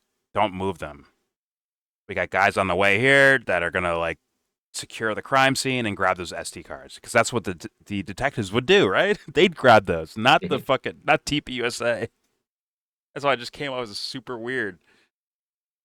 But okay, let's keep going with this because I think this is interesting. Where what this guy's saying, just another weird marker to kind of map on the back of your mind about this whole situation. Here we go. Started with us and loved Charlie like a brother. That's the guy who grabbed the cards. the SD cards out of the camera afterwards. And there's all these conspiracy videos about, like, why did he grab the SD cards? Well, first of all, they're in the possession of the FBI. Okay. It's not like he took them and like ran off with them. Second of all, I asked him personally, I said, why did you do that? And he looked at me and this was his answer. He said, because I know people can be evil. And he did not want that footage being grabbed by somebody. There was videos of people after the incident going and stealing hats off the table. So you thought it was weird too. Why did you do that? You thought it was weird. Why wouldn't you be like, no one's in here. Keep everyone out of here. Why wasn't he like that? And if someone like tried to like bully him to get to the fucking SD cards, then you have, if someone caught him grabbing them, so then that means someone would have caught someone like trying to like bully their way in to grab those. Like, what are we talking about? What the fuck are we talking about? That's a weird answer. Here we go. Okay. It's a weird answer. I mean, so I'm so grateful he did that. And that was his instinct. He's like, I'm depressed to know that grab that was Charlie's why I chair did while that, doing it. But I knew that I had to protect that footage because I wanted, I mean, you're recording in like 4K, And so I'm so glad he did that. But Charlie knew. Wait. He's implying that they're gonna like upload it to like a gruesome website or some shit like that to see like the crazy death of Charlie Kirk or something like that. That's what he's implying, that someone's gonna steal it for those reasons. Which okay, No. okay, but I don't like hear it. what's that to do with fucking like evidence, crime scene, that shit? People are gonna sell this for on E-Bombs World. Some shit like that. Like, what are we talking about? Here we go. And that was his instinct. He's like, I'm depressed to know that was why I did that.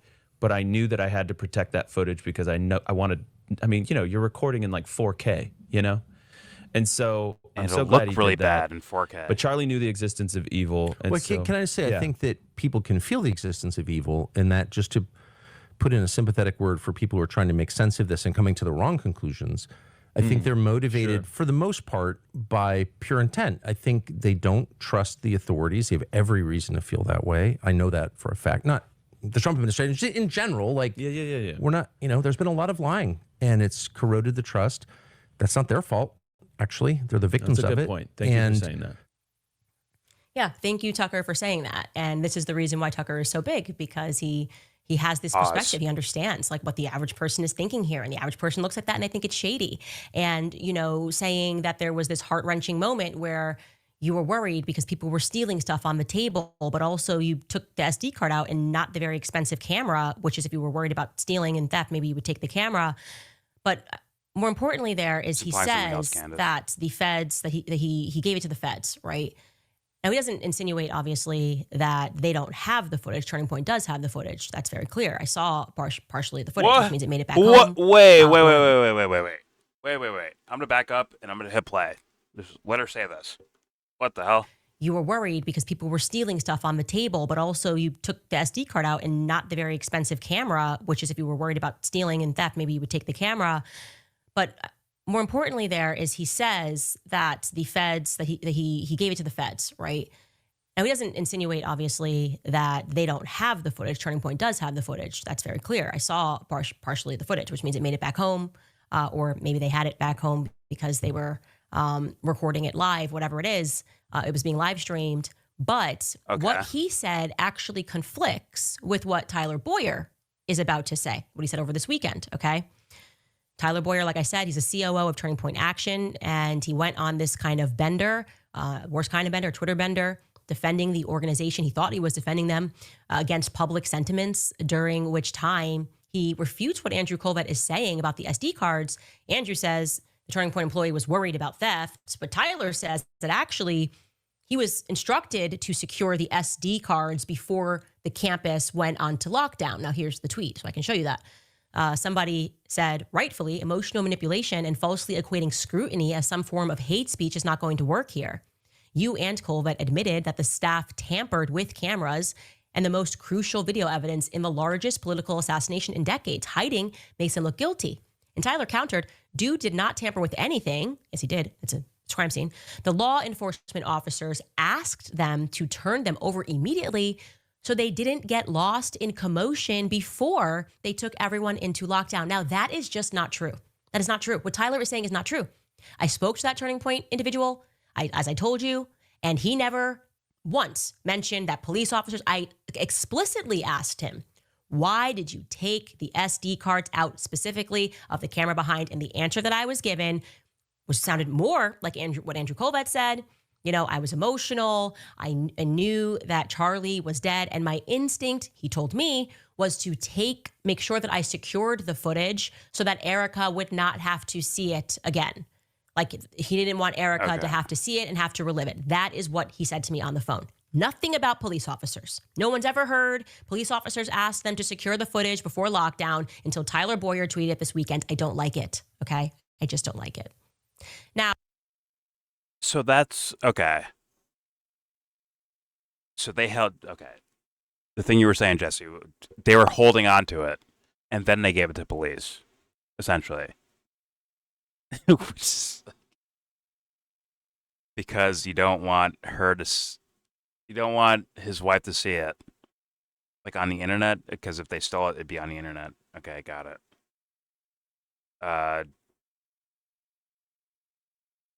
Okay. And then the cops got it later. Okay. And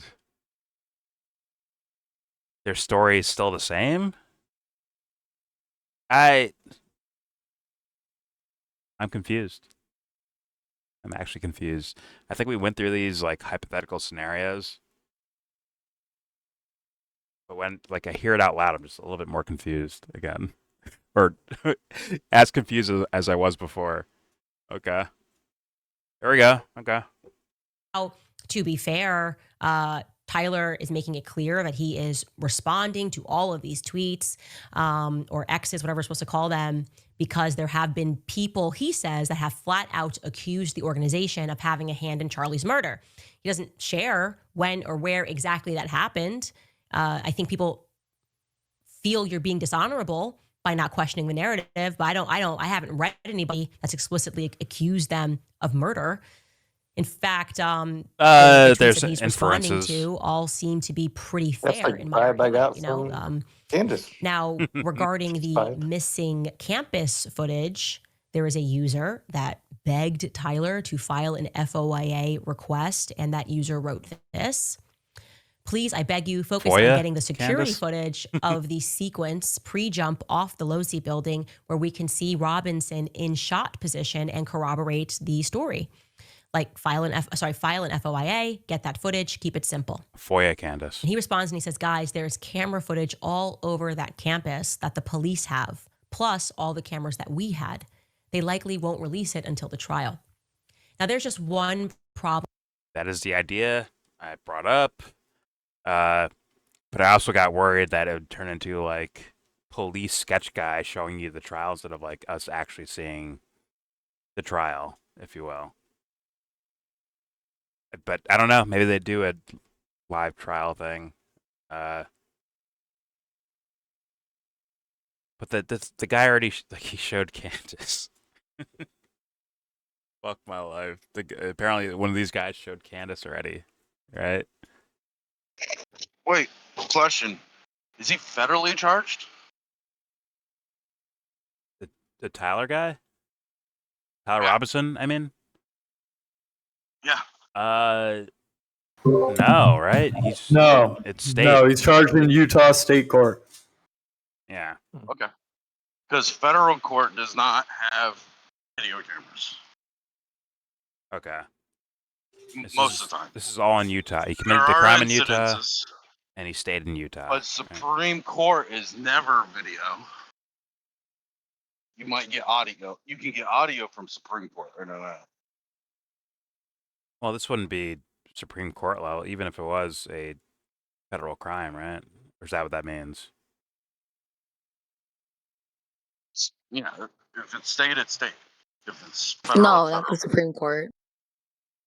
Yeah, it'd be federal prosecutors. Federal court. Yeah, it's in federal court, not the Supreme Court.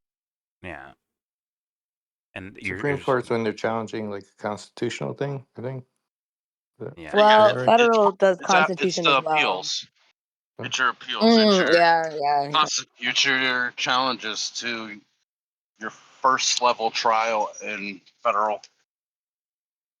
Well, it could be challenged at state level too, but In federal, it's a whole process together.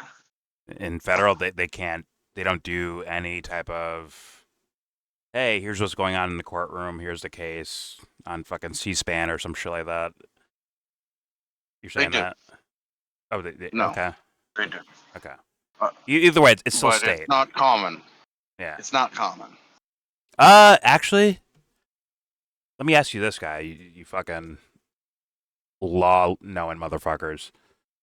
If they're like, oh, this guy's a far-left Antifa activist, can it become federal Guilty. then? Oh, shut up. Can it become federal then? Where it's like, oh, it's a Hey, federal depending- case. Terrorist. Depending on Terrorist. the way things are going, you can. Okay. Yeah, they can call it terrorist at any second. I mean, yeah, listen to him. Yeah. He's calling that word. So if I was just you call it curious, terrorist, you like- could actually shut down the public court thing too.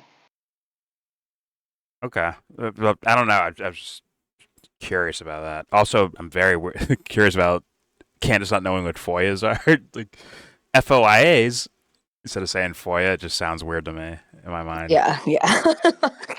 Like you haven't heard of it before. Okay. Well, yeah. All right, let's keep going. Here we go. That we had, they likely won't release it until the trial. Now, there's just one problem with that narrative, right? If they have all this footage and they're just not releasing it because they just want to, That Candace saw just already. worried about the trial. They want to make sure they win the trial. What's wrong with that narrative is the manhunt that took place. If indeed they have tons of footage from all these different angles and some of it in 4K, which they do, this is why we've been saying the feds are lying from day one, then the first time that footage should have been deployed was during the 33-hour manhunt, right? Why didn't they release more footage at that time, right? If they were actually interested in catching the killer, why only release a blurry image when there is, as he mentions, footage everywhere, all over that campus, every inch. Are we supposed to honestly believe at that time their thought process in the middle of a manhunt was, well, let's not release too much except for a blurry image? Because I know we don't have him, but Blurry in case image we of do what? have him, when we do get him, we want to make sure that we are able to try him by not releasing footage, which makes no sense, by the way. I think this is what happens when a company loses their, as South Park ribbed him, master debater, right? What they're saying does not make sense. These people could not win in college campus debates without Charlie, okay? Because the reality is, if releasing footage, okay, if releasing clear footage of what happened on that day means that you are going to lose in court, then it probably signifies that the person that you are trying to bring to court didn't do it. And if they're somehow vindicated by the footage, if you're like, I released the footage of him jumping down on the center and I show him firing the shot, but like that totally vindicates him, then you got the wrong guy, right? Having more footage, examining more footage, and examining more evidence should further incriminate Tyler Robinson. It should also go a very long way in getting people off of these quote unquote conspiracies. Common sense, this is what I said from the beginning. Release the footage, which you do have in your possession. It's not like just the feds have this footage. Release the footage, because then people will move on from quote unquote conspiracies. So well, that's the weird, like, I think it was them releasing certain things that don't pertain to capturing the guy. Like the him going up the stairwell, right? That should have been released.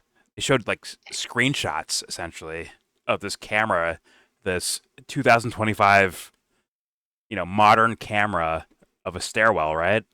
Show us video footage of that. That makes sense. Maybe him committing a crime, maybe not so much. And when you like when they do it the way they did it, which is like cutting it out, watching him, like, I guess showing him sprint across a rooftop and jumping down, how did that help us catch the fucking guy at all? I don't think it did. All it did was incriminate whoever the fuck, whatever name they put out there, which ended up being Tyler Robinson, right? I don't see it like, thus that would be like sullying your actual prosecution, right? Because you're showing things to try to make him look guilty instead of like things that are like, how do we catch this guy? Does that make sense? Like they show us the dumbest video footage ever instead of like him walking up the stairwell at two, three, whatever, a 360 almost angle, right? You see his front coming up the stairs. You see his back going up the other side of the stairs, right? That would have been way more helpful, but instead they show us these shitty, blurry fucking images. Or who the fuck is that guy? It's like, what the hell? And then, okay, maybe you cut out the him shooting. Doesn't make sense of why you, if you're gonna show that, show him shooting it, right? Obviously. Like, okay, I understand there's fucking Karens and moms. Mom's like, oh my god, hide your kid's eyes. I understand that. They're all over the place. I get it. But the whole point was to capture the guy that did it. So why not show us, like, this is the person who did it right here. This guy did it. And then show him running across the rooftop and then jumping down and all that shit. Look for any type of clues for that. Maybe someone knows him. Maybe they know his walk. Maybe they know his shirt. Whatever. Like, that was like clearly just botched. Botched as shit, bro. Terribly, like, calculated, like, mentally. What else did they show? Was that the gun in the box, right? The I guess the World War II rifle. The tech. I thought the Dairy Queen was Candace getting that. It's like Candace or the cops. I think that was Candace when I first saw that. And I think she was like, "This is exclusive. We got this." Maybe it was the cops. I don't know. Did the cops acknowledge the doorbell thing that TMZ released? I believe so. I think so. Don't quote me on that. And I also heard the idea that the gun in the box wasn't.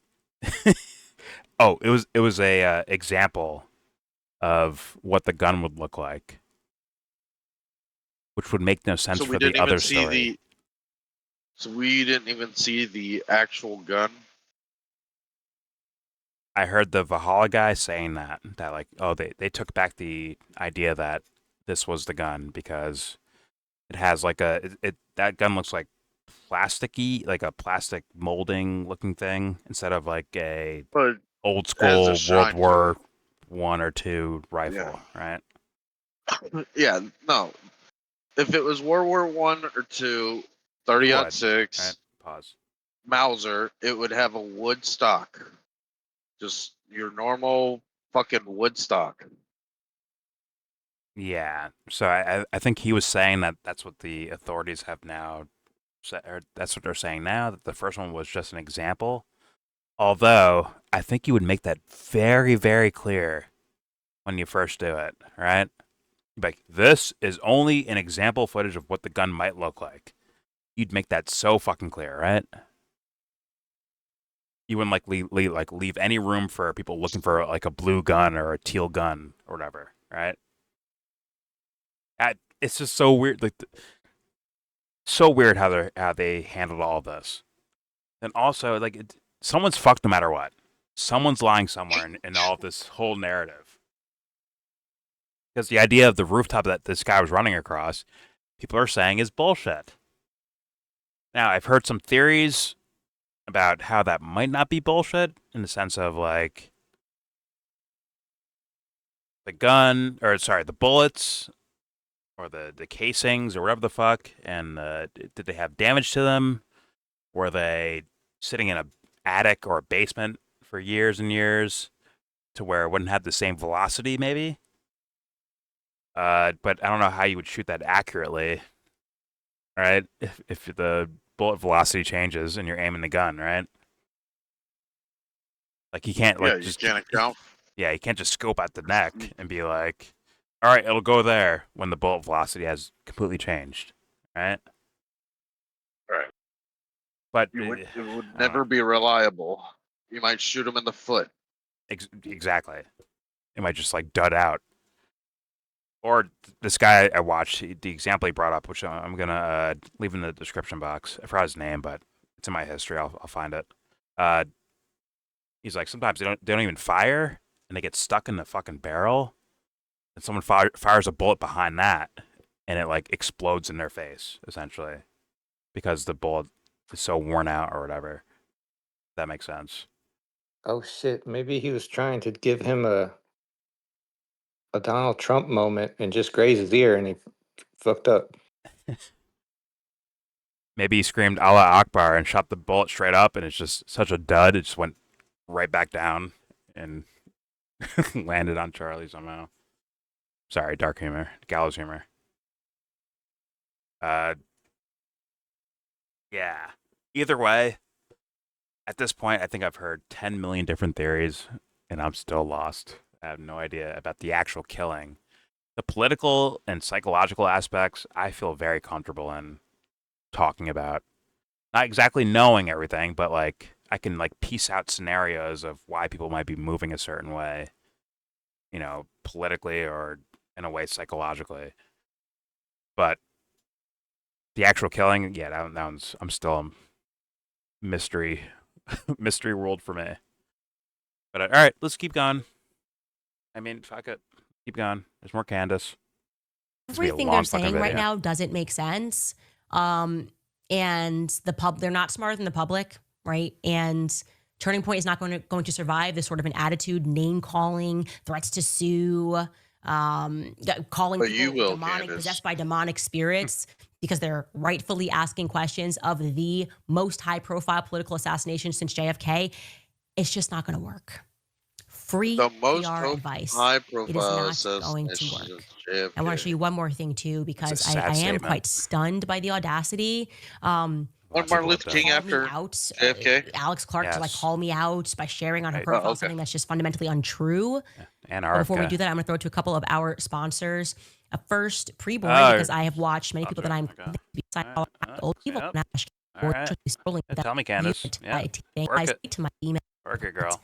You got it. No, is You're almost there. SP graph, You're still going. Why are you still going? Charlie, guys. There we So go. how are we supposed to honor Charlie, right? You honor Charlie, of course, by donating to Turning Point USA and shutting up and trusting the feds. Don't question anything because it's just not right or whatever. You shouldn't even question the things that Charlie was questioning, right? The spin And it sounds like is Antifa right now. in. I got really annoyed last night going through. Somebody tagged me and said, "You see, Sounds Alex like a Clark Fred posted Hampton and leftist. tried to make it seem like I lied about the new Doge department when I literally shared the email from Charlie."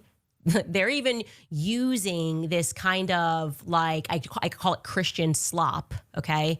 Because what they're serving up to you is, well, if you're a good Christian, you shouldn't do this. Like they're kind of saying it's demonic. You're possessed by a demon if you want to pursue truth. Said literally no one ever but Satan incarnate, okay? Truth is truth. It is always appropriate. Another one of these talking points that are coming out is people are doing this for clicks. They're motivated by money. Do you guys understand the tens of millions of dollars that Turning Point That they're USA made accusing in the you of 2 weeks that. following Charlie Kirk's assassination? It would be insane for a person Shut to up and make a suggest that sandwich. if a random guy on YouTube catches 1 million views discussing ballistics, which there have been many gun guys who have done videos on ballistics and caught 1 million views, that's somehow immoral because they're maybe going to make $10,000 if they keep that up for an Candace, entire what are you month. doing? That is insane, and it actually relies on financial literacy to think that that's immoral. Good for them. Good for them. If you have a small account and you somehow got 1 million views because you told the truth, then bless you, okay? Don't let them shame you. You're doing it for clicks. No, their account talks about ballistics all the time. This is now just a political assassination, the most high profile ever, and people want to understand every aspect. So we're clicking and we're watching these individuals that look like they know what they're talking about, especially in the absence of any truth coming from the quote unquote authorities. So, Candace, you're not doing this right now, are you? Well, okay, listen. The words she's saying, I understand. But when it comes to something that could be perceived as negative, which is profiting off of Charlie Kirk dying, I guess, or the whole scenario around it, you would not want to be like even around that area, right? So instead of her using her, which is what people are accusing her of, talking about guys that shoot ham hocks in the fucking woods. Yeah, just shooting this 30-06, see? Click, click, boom. All right? And because they're like, well, this Charlie thing doesn't make sense to me, so you know what? I'm going to test it out. I did this before, but I'll do it again. Fine. Right? It's like doing the... I don't know. It's just... It makes me feel like she's justifying what she's doing. Not saying she's doing anything suspicious, although in general, I think she's does quite a bit of things that are suspicious with her platform. But she's almost in a way like justifying what she's doing through other people, but also assigning no blame in her direction, or even the thought of blame in her direction, which to me is kind of weird. But then again, who am I? Fuck it. There we go. what are we supposed to believe? That the more moral thing would be Let 'em for make us their money, to huh? behave like Turning Point USA employees? Alex Clark calling me out. You're kidding me?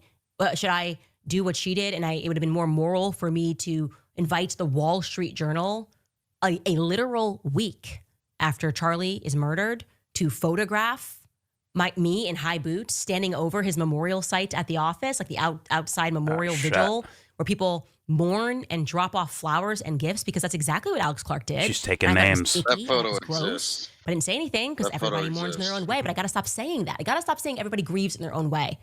This is the article that was published on September 18th, so we can assume that they at least Wonder Woman. photographed her one day and interviewed her one day earlier, right? That's being charitable. So this was done latest, again, 1 week after Charlie was assassinated. Again, take a look at this. pull that up. I'm going to pull this photo up because I just want to look at the photo. This is literally her being shot in front of the gifts that people are dropping off for Charlie. But maybe it's Photoshop. Doesn't look like it is to me. She's tired of If this. it was Photoshopped, I would be losing my mind. I don't understand how anyone would let this go out and think that it's okay. If they knew Charlie, I couldn't even speak to the press that week. I still haven't spoken to the press about Charlie Kirk, actually. Haven't even given one interview. Shut the about fuck Charlie up. You you- are the press, you dumbass. You spoke to I'm just us. focused on I'll say investigating that. his murder. Anyways, I want to read a little blurb from this article. Again, published September 18th. Alex Clark was about to head to the airport for a work trip to celebrate the first anniversary of her podcast when she heard the news. I've never heard of this Her lady, boss, by the way, Charlie until Kirk, had the been Charlie shot. Kirk thing. She says, quote, "The very first thought that popped into my head was, I'm so glad that Charlie knew Jesus," said Clark, 32, who hosts the Maha-friendly podcast Culture Apothecary for Turning Point USA.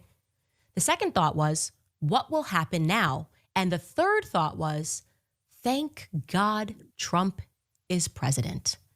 Shit. I heard this part, I think. I don't know.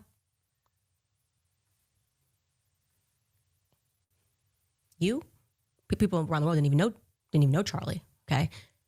Third thought, thank God Trump is president. Like MAGA. Did you go MAGA? Did you go like, I'm glad he knows the Lord, and then MAGA? What are we missing here? Does that feel okay at all? It goes on to say she praises the FBI director Kash Patel and his deputy Dan Bongino for their leadership in the hunt for the suspect. What's so crazy is that we have them in office because of Charlie, Clark said.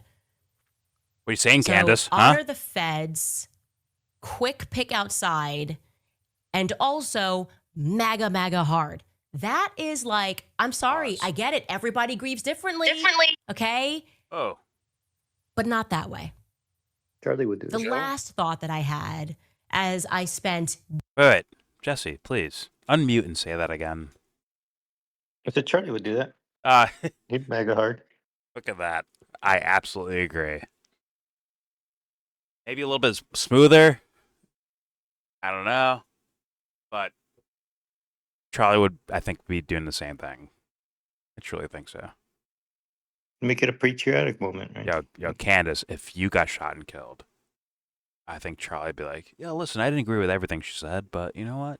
Candace was a friend, and you know what? Thank God Trump is president because he's going to take care of these things. And Kash Patel, Dan Bongino have been doing a great job. And, like, I can just envision that. It's unfortunate, but I think that's What are you actually talking about? worthy of a statement to say. I think that's actually practical to think. What's up? If Charlie was alive and Candace was dead, he'd be saying she was 100% pro-Israel. And she's an evangelical. It was secret though. He had some texts that she sent.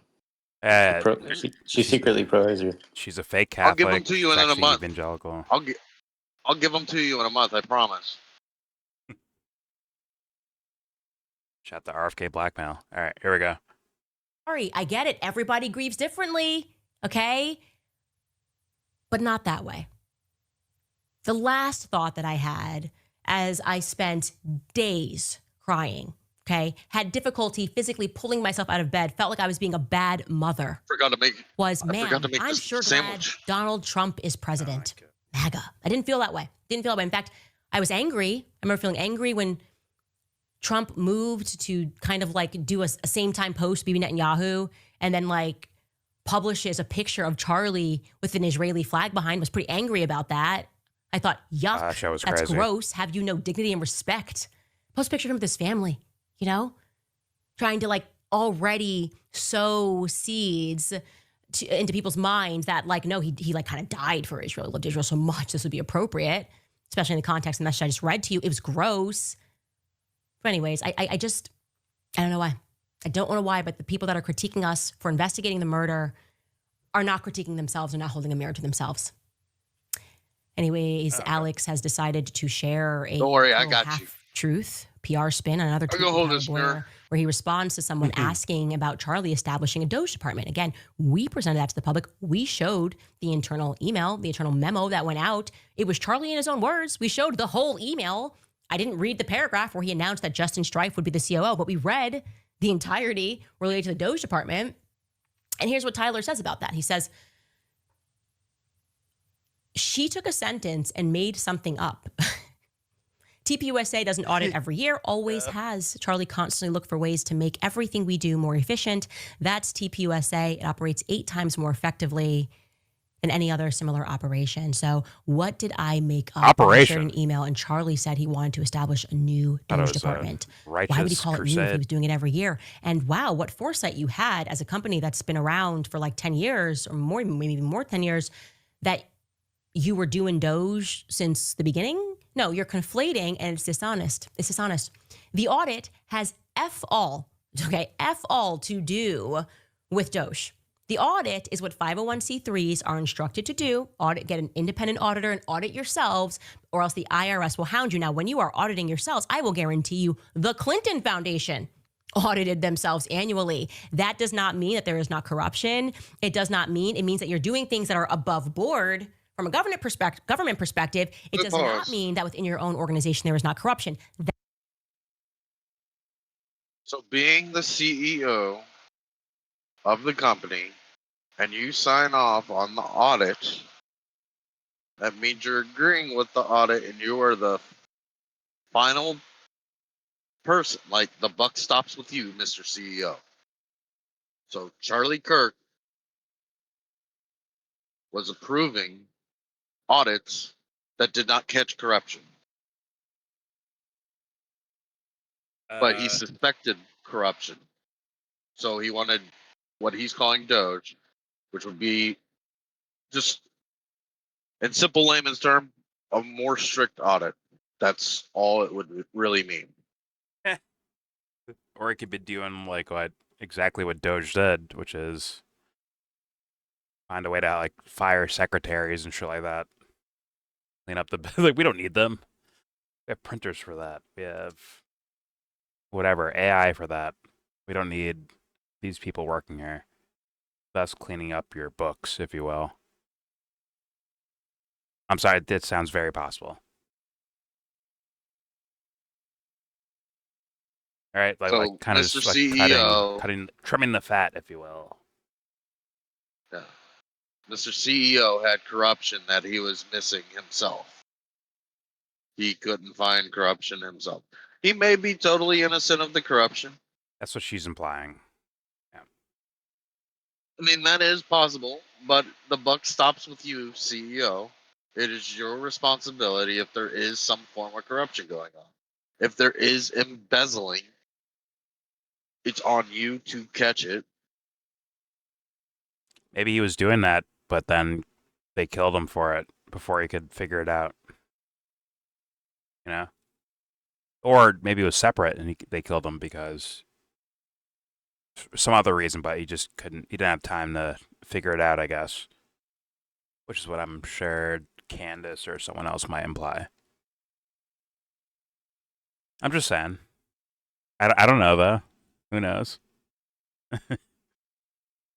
Either way, here we go. I will guarantee you the Clinton Foundation audited themselves annually. That does not mean that there is not corruption. It means that you're doing things that are above board. From a government perspective, it does not mean that within your own organization there is not corruption. That is the reason for a Doge department, at least according to what Elon Musk said. Nobody, when he established Doge with Vivek Ramaswamy, was thinking that he was going in there because he was going to see if they're violating the IRS laws. No, I think he went in there to see wasteful spending and to see where the money was going, where our tax dollars was going. There you go. That's the vibe I got. So they're relying on us to be, again, financially illiterate, to not understand how it works. I shared a 501c3 lawyer with them. So I met her in her offices with Charlie, and she explained the reasons why she said that you got to get an independent auditor. I actually think that for organizations of a certain size, you're required by law to do an annual audit if you're 501c3. I think it's state by state that guides that. But to present this like this means we're above board, I have a feeling some people are going to die on that sword, because the reality is that big companies, inevitably, you will find corruption. And I'm hearing some stuff, okay? A lot of contractors, that's something that you can do as just one example. That's completely legal, but utterly immoral, is if you're outsourcing all of the millions of dollars to contractors and you're getting kickbacks. That's just one example, okay? So I take money from donors, and then I show that I'm paying out to a contractor who doesn't work for Turning Point USA, but that contractor is then somehow paying me back. That would be something that wouldn't flag the IRS, but then would flag a CEO and a Doge department if they started looking at where the money was spending.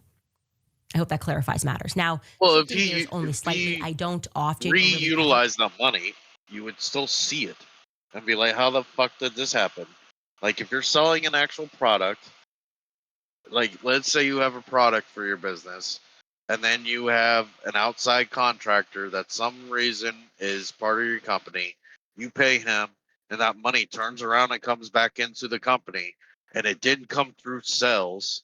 You wait, how did they make this profit? If it's still on the books, how did they make this profit? They don't do anything but sell a product. So I think you're OCDing with him. Here, but go ahead. With him, it's donations. That's where he gets his money, right? Donations and investors. On paper, it's called donations, but in reality, I think it's something else. But yeah. And I think Charlie knows it that. is. You would see. I mean, you could have a different donator return the money back to you after you pay out a contractor. But yeah, you can make it disappear. I think it's on the books. Disappear. On the books, make it look weird, basically. Just like any government, make it not look weird. Just like any government does with contracting and shit like that. Where it's, a donation to my campaign, but I'm going to help out this random thing over here that has nothing to do with that, obviously. Of course, guys, nothing to do with this other thing over here. Nothing to do with it. And you just, like, go about your business. Right? Banks could locate it if it is a transfer of funds. They could see something like that. If I pay a contractor and then he gives money to anyone to pay it back and via transfers, fuck the economy, but if it was straight up cash, handed back and forth, no, it would be invisible. Anyways, let's continue. Here we go. Paying me back. That would be something that wouldn't flag the IRS, but then would flag a CEO and a Doge department if they started looking at where the money was spending. Hulu and Disney do it all day and night, okay? Matters. Now, Candace. Shifting gears only slightly, I don't often or really ever speak about my faith journey, right? Because I'm still on it. And I don't want to make a mistake or be wrong. And in many ways, I kind of feel like this pressure that I don't want to let Catholics down because I don't know everything. And I prefer the people that have been Catholic forever to speak on things as I'm still a student. But I do want to say that a major clue for then you're me not Catholic, then. That being non-denominational was no longer working for me happened because of things politically. When I tried to express certain questions about the modern state of Israel and was instead met with what I can only describe as cult-like behavior. You're seeing it right now, right? Judeo-Christian after Judeo-Christian making videos. Candace. It's like cult-like behavior. You can't leave. Borrowed, Candace. Right? We know this already. Go ahead, though. You People borrowed this. Quoting scripture to actually fulfill what became quite obvious to me was just their political ends. And yeah, people taking money to do that. Keeping it above bar. It's not illegal. But you are taking money. You're taking free trips. So what are your motives here? If you're citing scripture to defend the actions of Bibi Netanyahu, you're a fraud. Of course, you're a fraud. And if you're accepting money to do that in the process, you're worse than a fraud. By your own standards, Candace, you could be tricked, right? Because you got tricked, right? Because Dennis Prager was screaming Judeo-Christian values the whole time you were there at PragerU. Then you have Daily Wire, where Ben Shapiro and the other people there were also screaming the same things. So you have to leave room for them being tricked because you got tricked yourself, right? If you're calling this idea something, some form of like trickery, if you will, if you're calling it that, then you fell for it too. So thus, you have to leave room empathetically for others that do. Right, Candace? Or is it all about the Candace show? Is that the case? Let's continue. That's all I She need got for that tricked one. into being Catholic. She got tricked into being Catholic. Oh, I can't wait for Amy to whip ass on you, Dubster. All right, here we go. Anyways, I want to show you guys this clip that someone sent me. This was a sermon I'll be an innocent which was given by bystander a pastor watching on it September happen. 21st, 2025. Wait, what? And by a pastor on September 21st, 2025. Now, it's not necessary to name the Judeo-Christian pastor, right?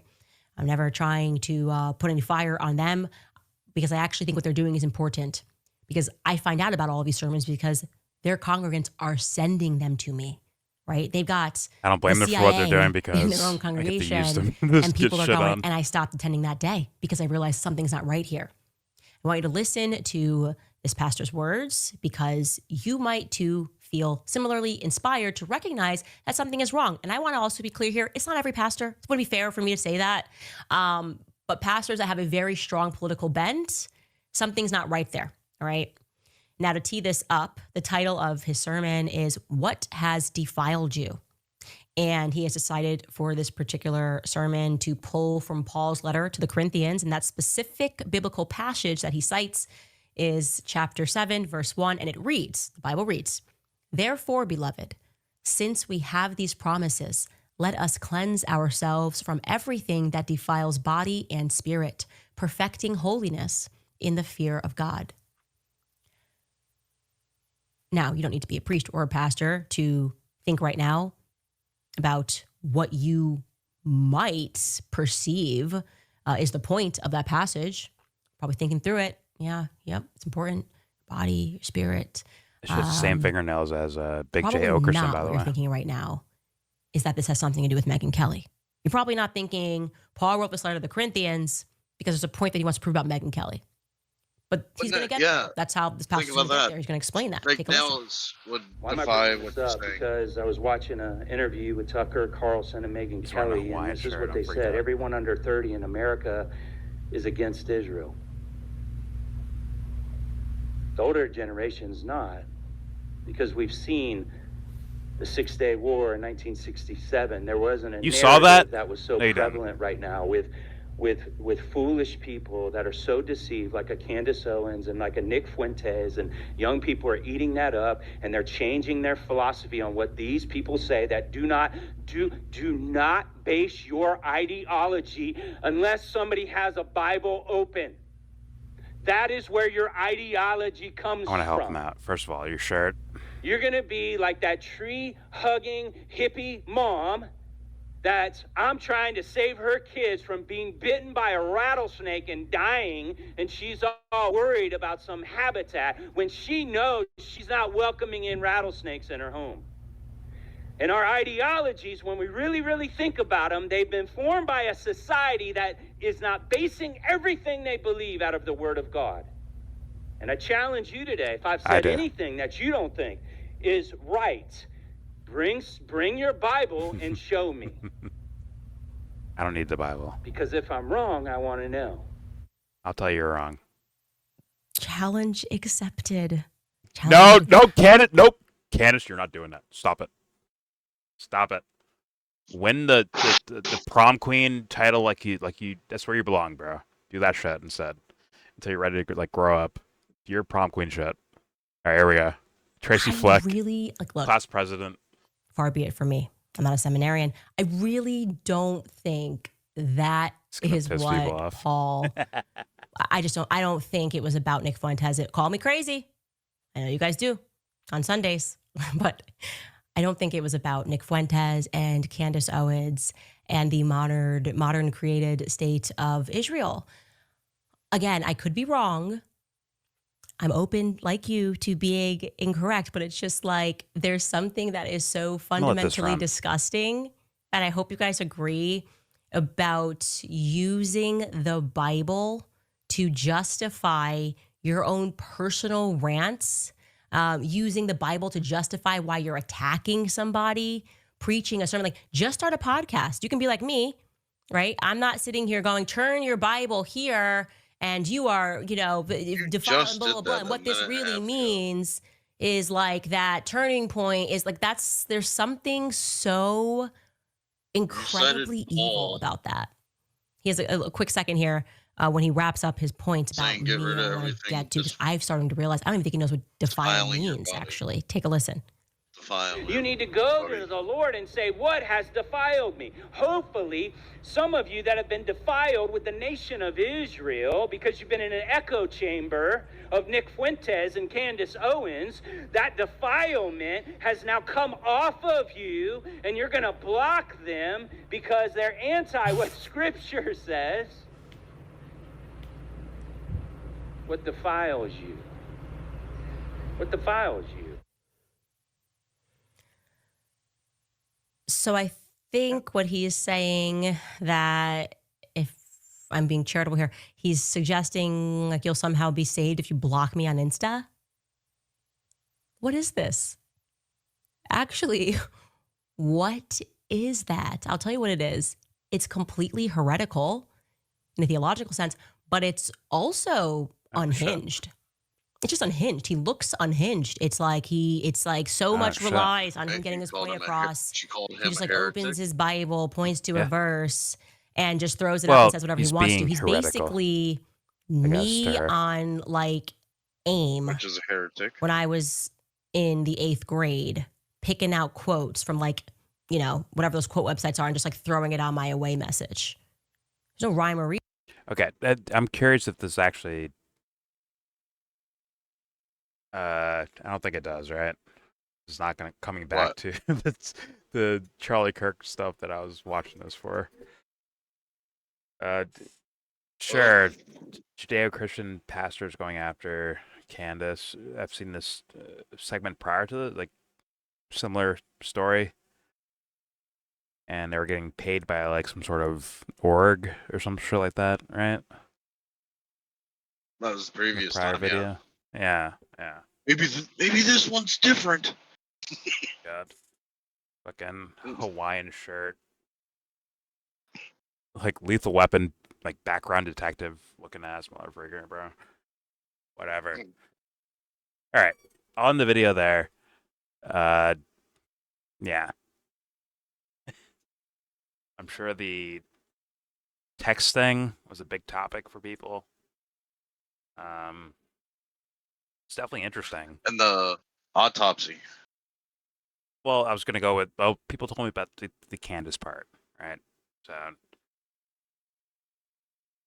yeah. Interesting. Another piece of the puzzle, I guess, to look at.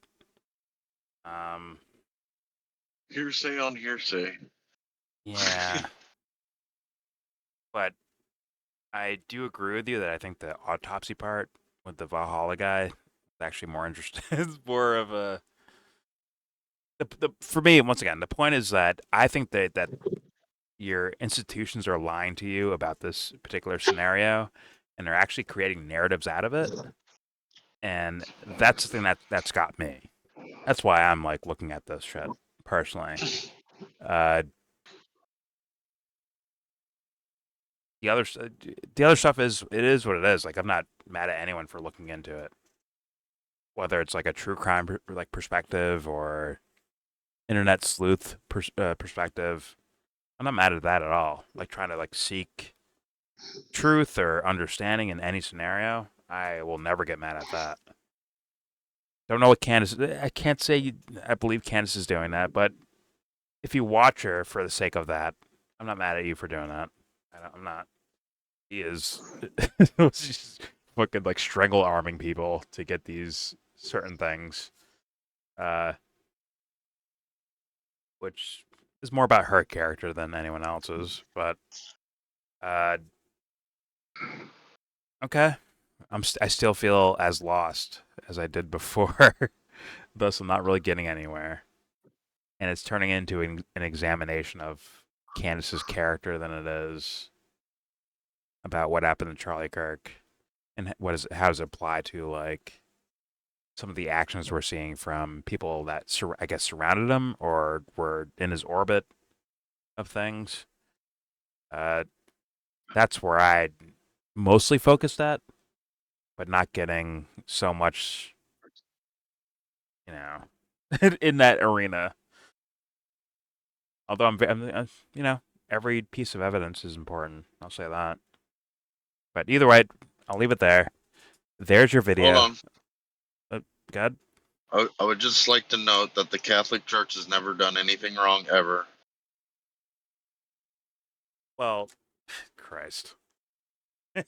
Shut up. Okay, that's the wrong word. I won't say Christ again. Like Jesus. I mean, you know. But yeah, the religious aspect I'm too ignorant of, honestly. I have my ideas. I have plenty of ideas. But maybe not religiously welcome, if you will. We're in the middle of a religious war and we don't even fucking know it. Well, Timmy would call that a culture war. It may not always be religion. It'd be definitely cultural, though. I see that as a possibility of something. But whatever. Either way, I'm ending it here. There's your video. Please subscribe if you feel like. Comment, agree, disagree. Tell me what you think in the comment section. There's a lot here. We threw out some theories, different theories from all of us. I'm pretty sure different ideas of things. I'm sure I'll get shit on for not so wholeheartedly trusting Candace Owens or the theory that Candace Owens is talking about. I'm not there yet. I'm just not with the whole Mossad or CIA or bigger governmental body doing this for the reasons that are being presented. I can see another reason, possibly, but the reasons I'm seeing here of where it's like, see, look, here's Charlie Kirk's, secret text message from 48 hours before he got shot. And it's like, that's not enough for me to be like, yeah, someone's going to kill him for that. They'd more likely just like dump him off. Like, all right, let's put out propaganda of how Charlie Kirk is trash and try to embarrass him that way or something like that. And yada, yada, yada, right? Just move on from there. But if you have, once again, if someone can tell me better, I'll listen to it because I can't say I know at all. So please let me know in the comment section. Do not forget to share, support, hopefully donate to all the links in the description box. Also, please check out the Discord if you want to join that. All opinions are welcome. All theories about this stuff or any other topic, all theories are welcome.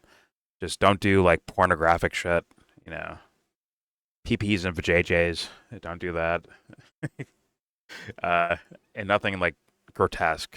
Like, I mean, if it's with Charlie and you're doing like evidence, I'm not mad at that at all. I will actually allow my Discord to get banned for that reason. If you have something of interest of like examining the thing. You just invited Muay Thai. No. Muay Thai is fucking like snuff porn or whatever the fuck it's called. He's doing that shit. Snuff videos. Whatever, snuff videos. I'm saying like if you wanted to examine the Charlie Kirk thing, like unedited without any like blurring out, maybe I make a room for that because I have no problems with that. That's investigation. That's seeking truth. I have no problems with that at all. If you're just doing it to be like, see, look how cool this is. That's where I'm going to be like, nah, I can't do that. I'm not doing that shit. Maybe in this Discord, it'd be fine. Possibly. But whatever. Also the videos. This video, Valhalla's video, and the rebuttal video I saw to the peak prosperity video.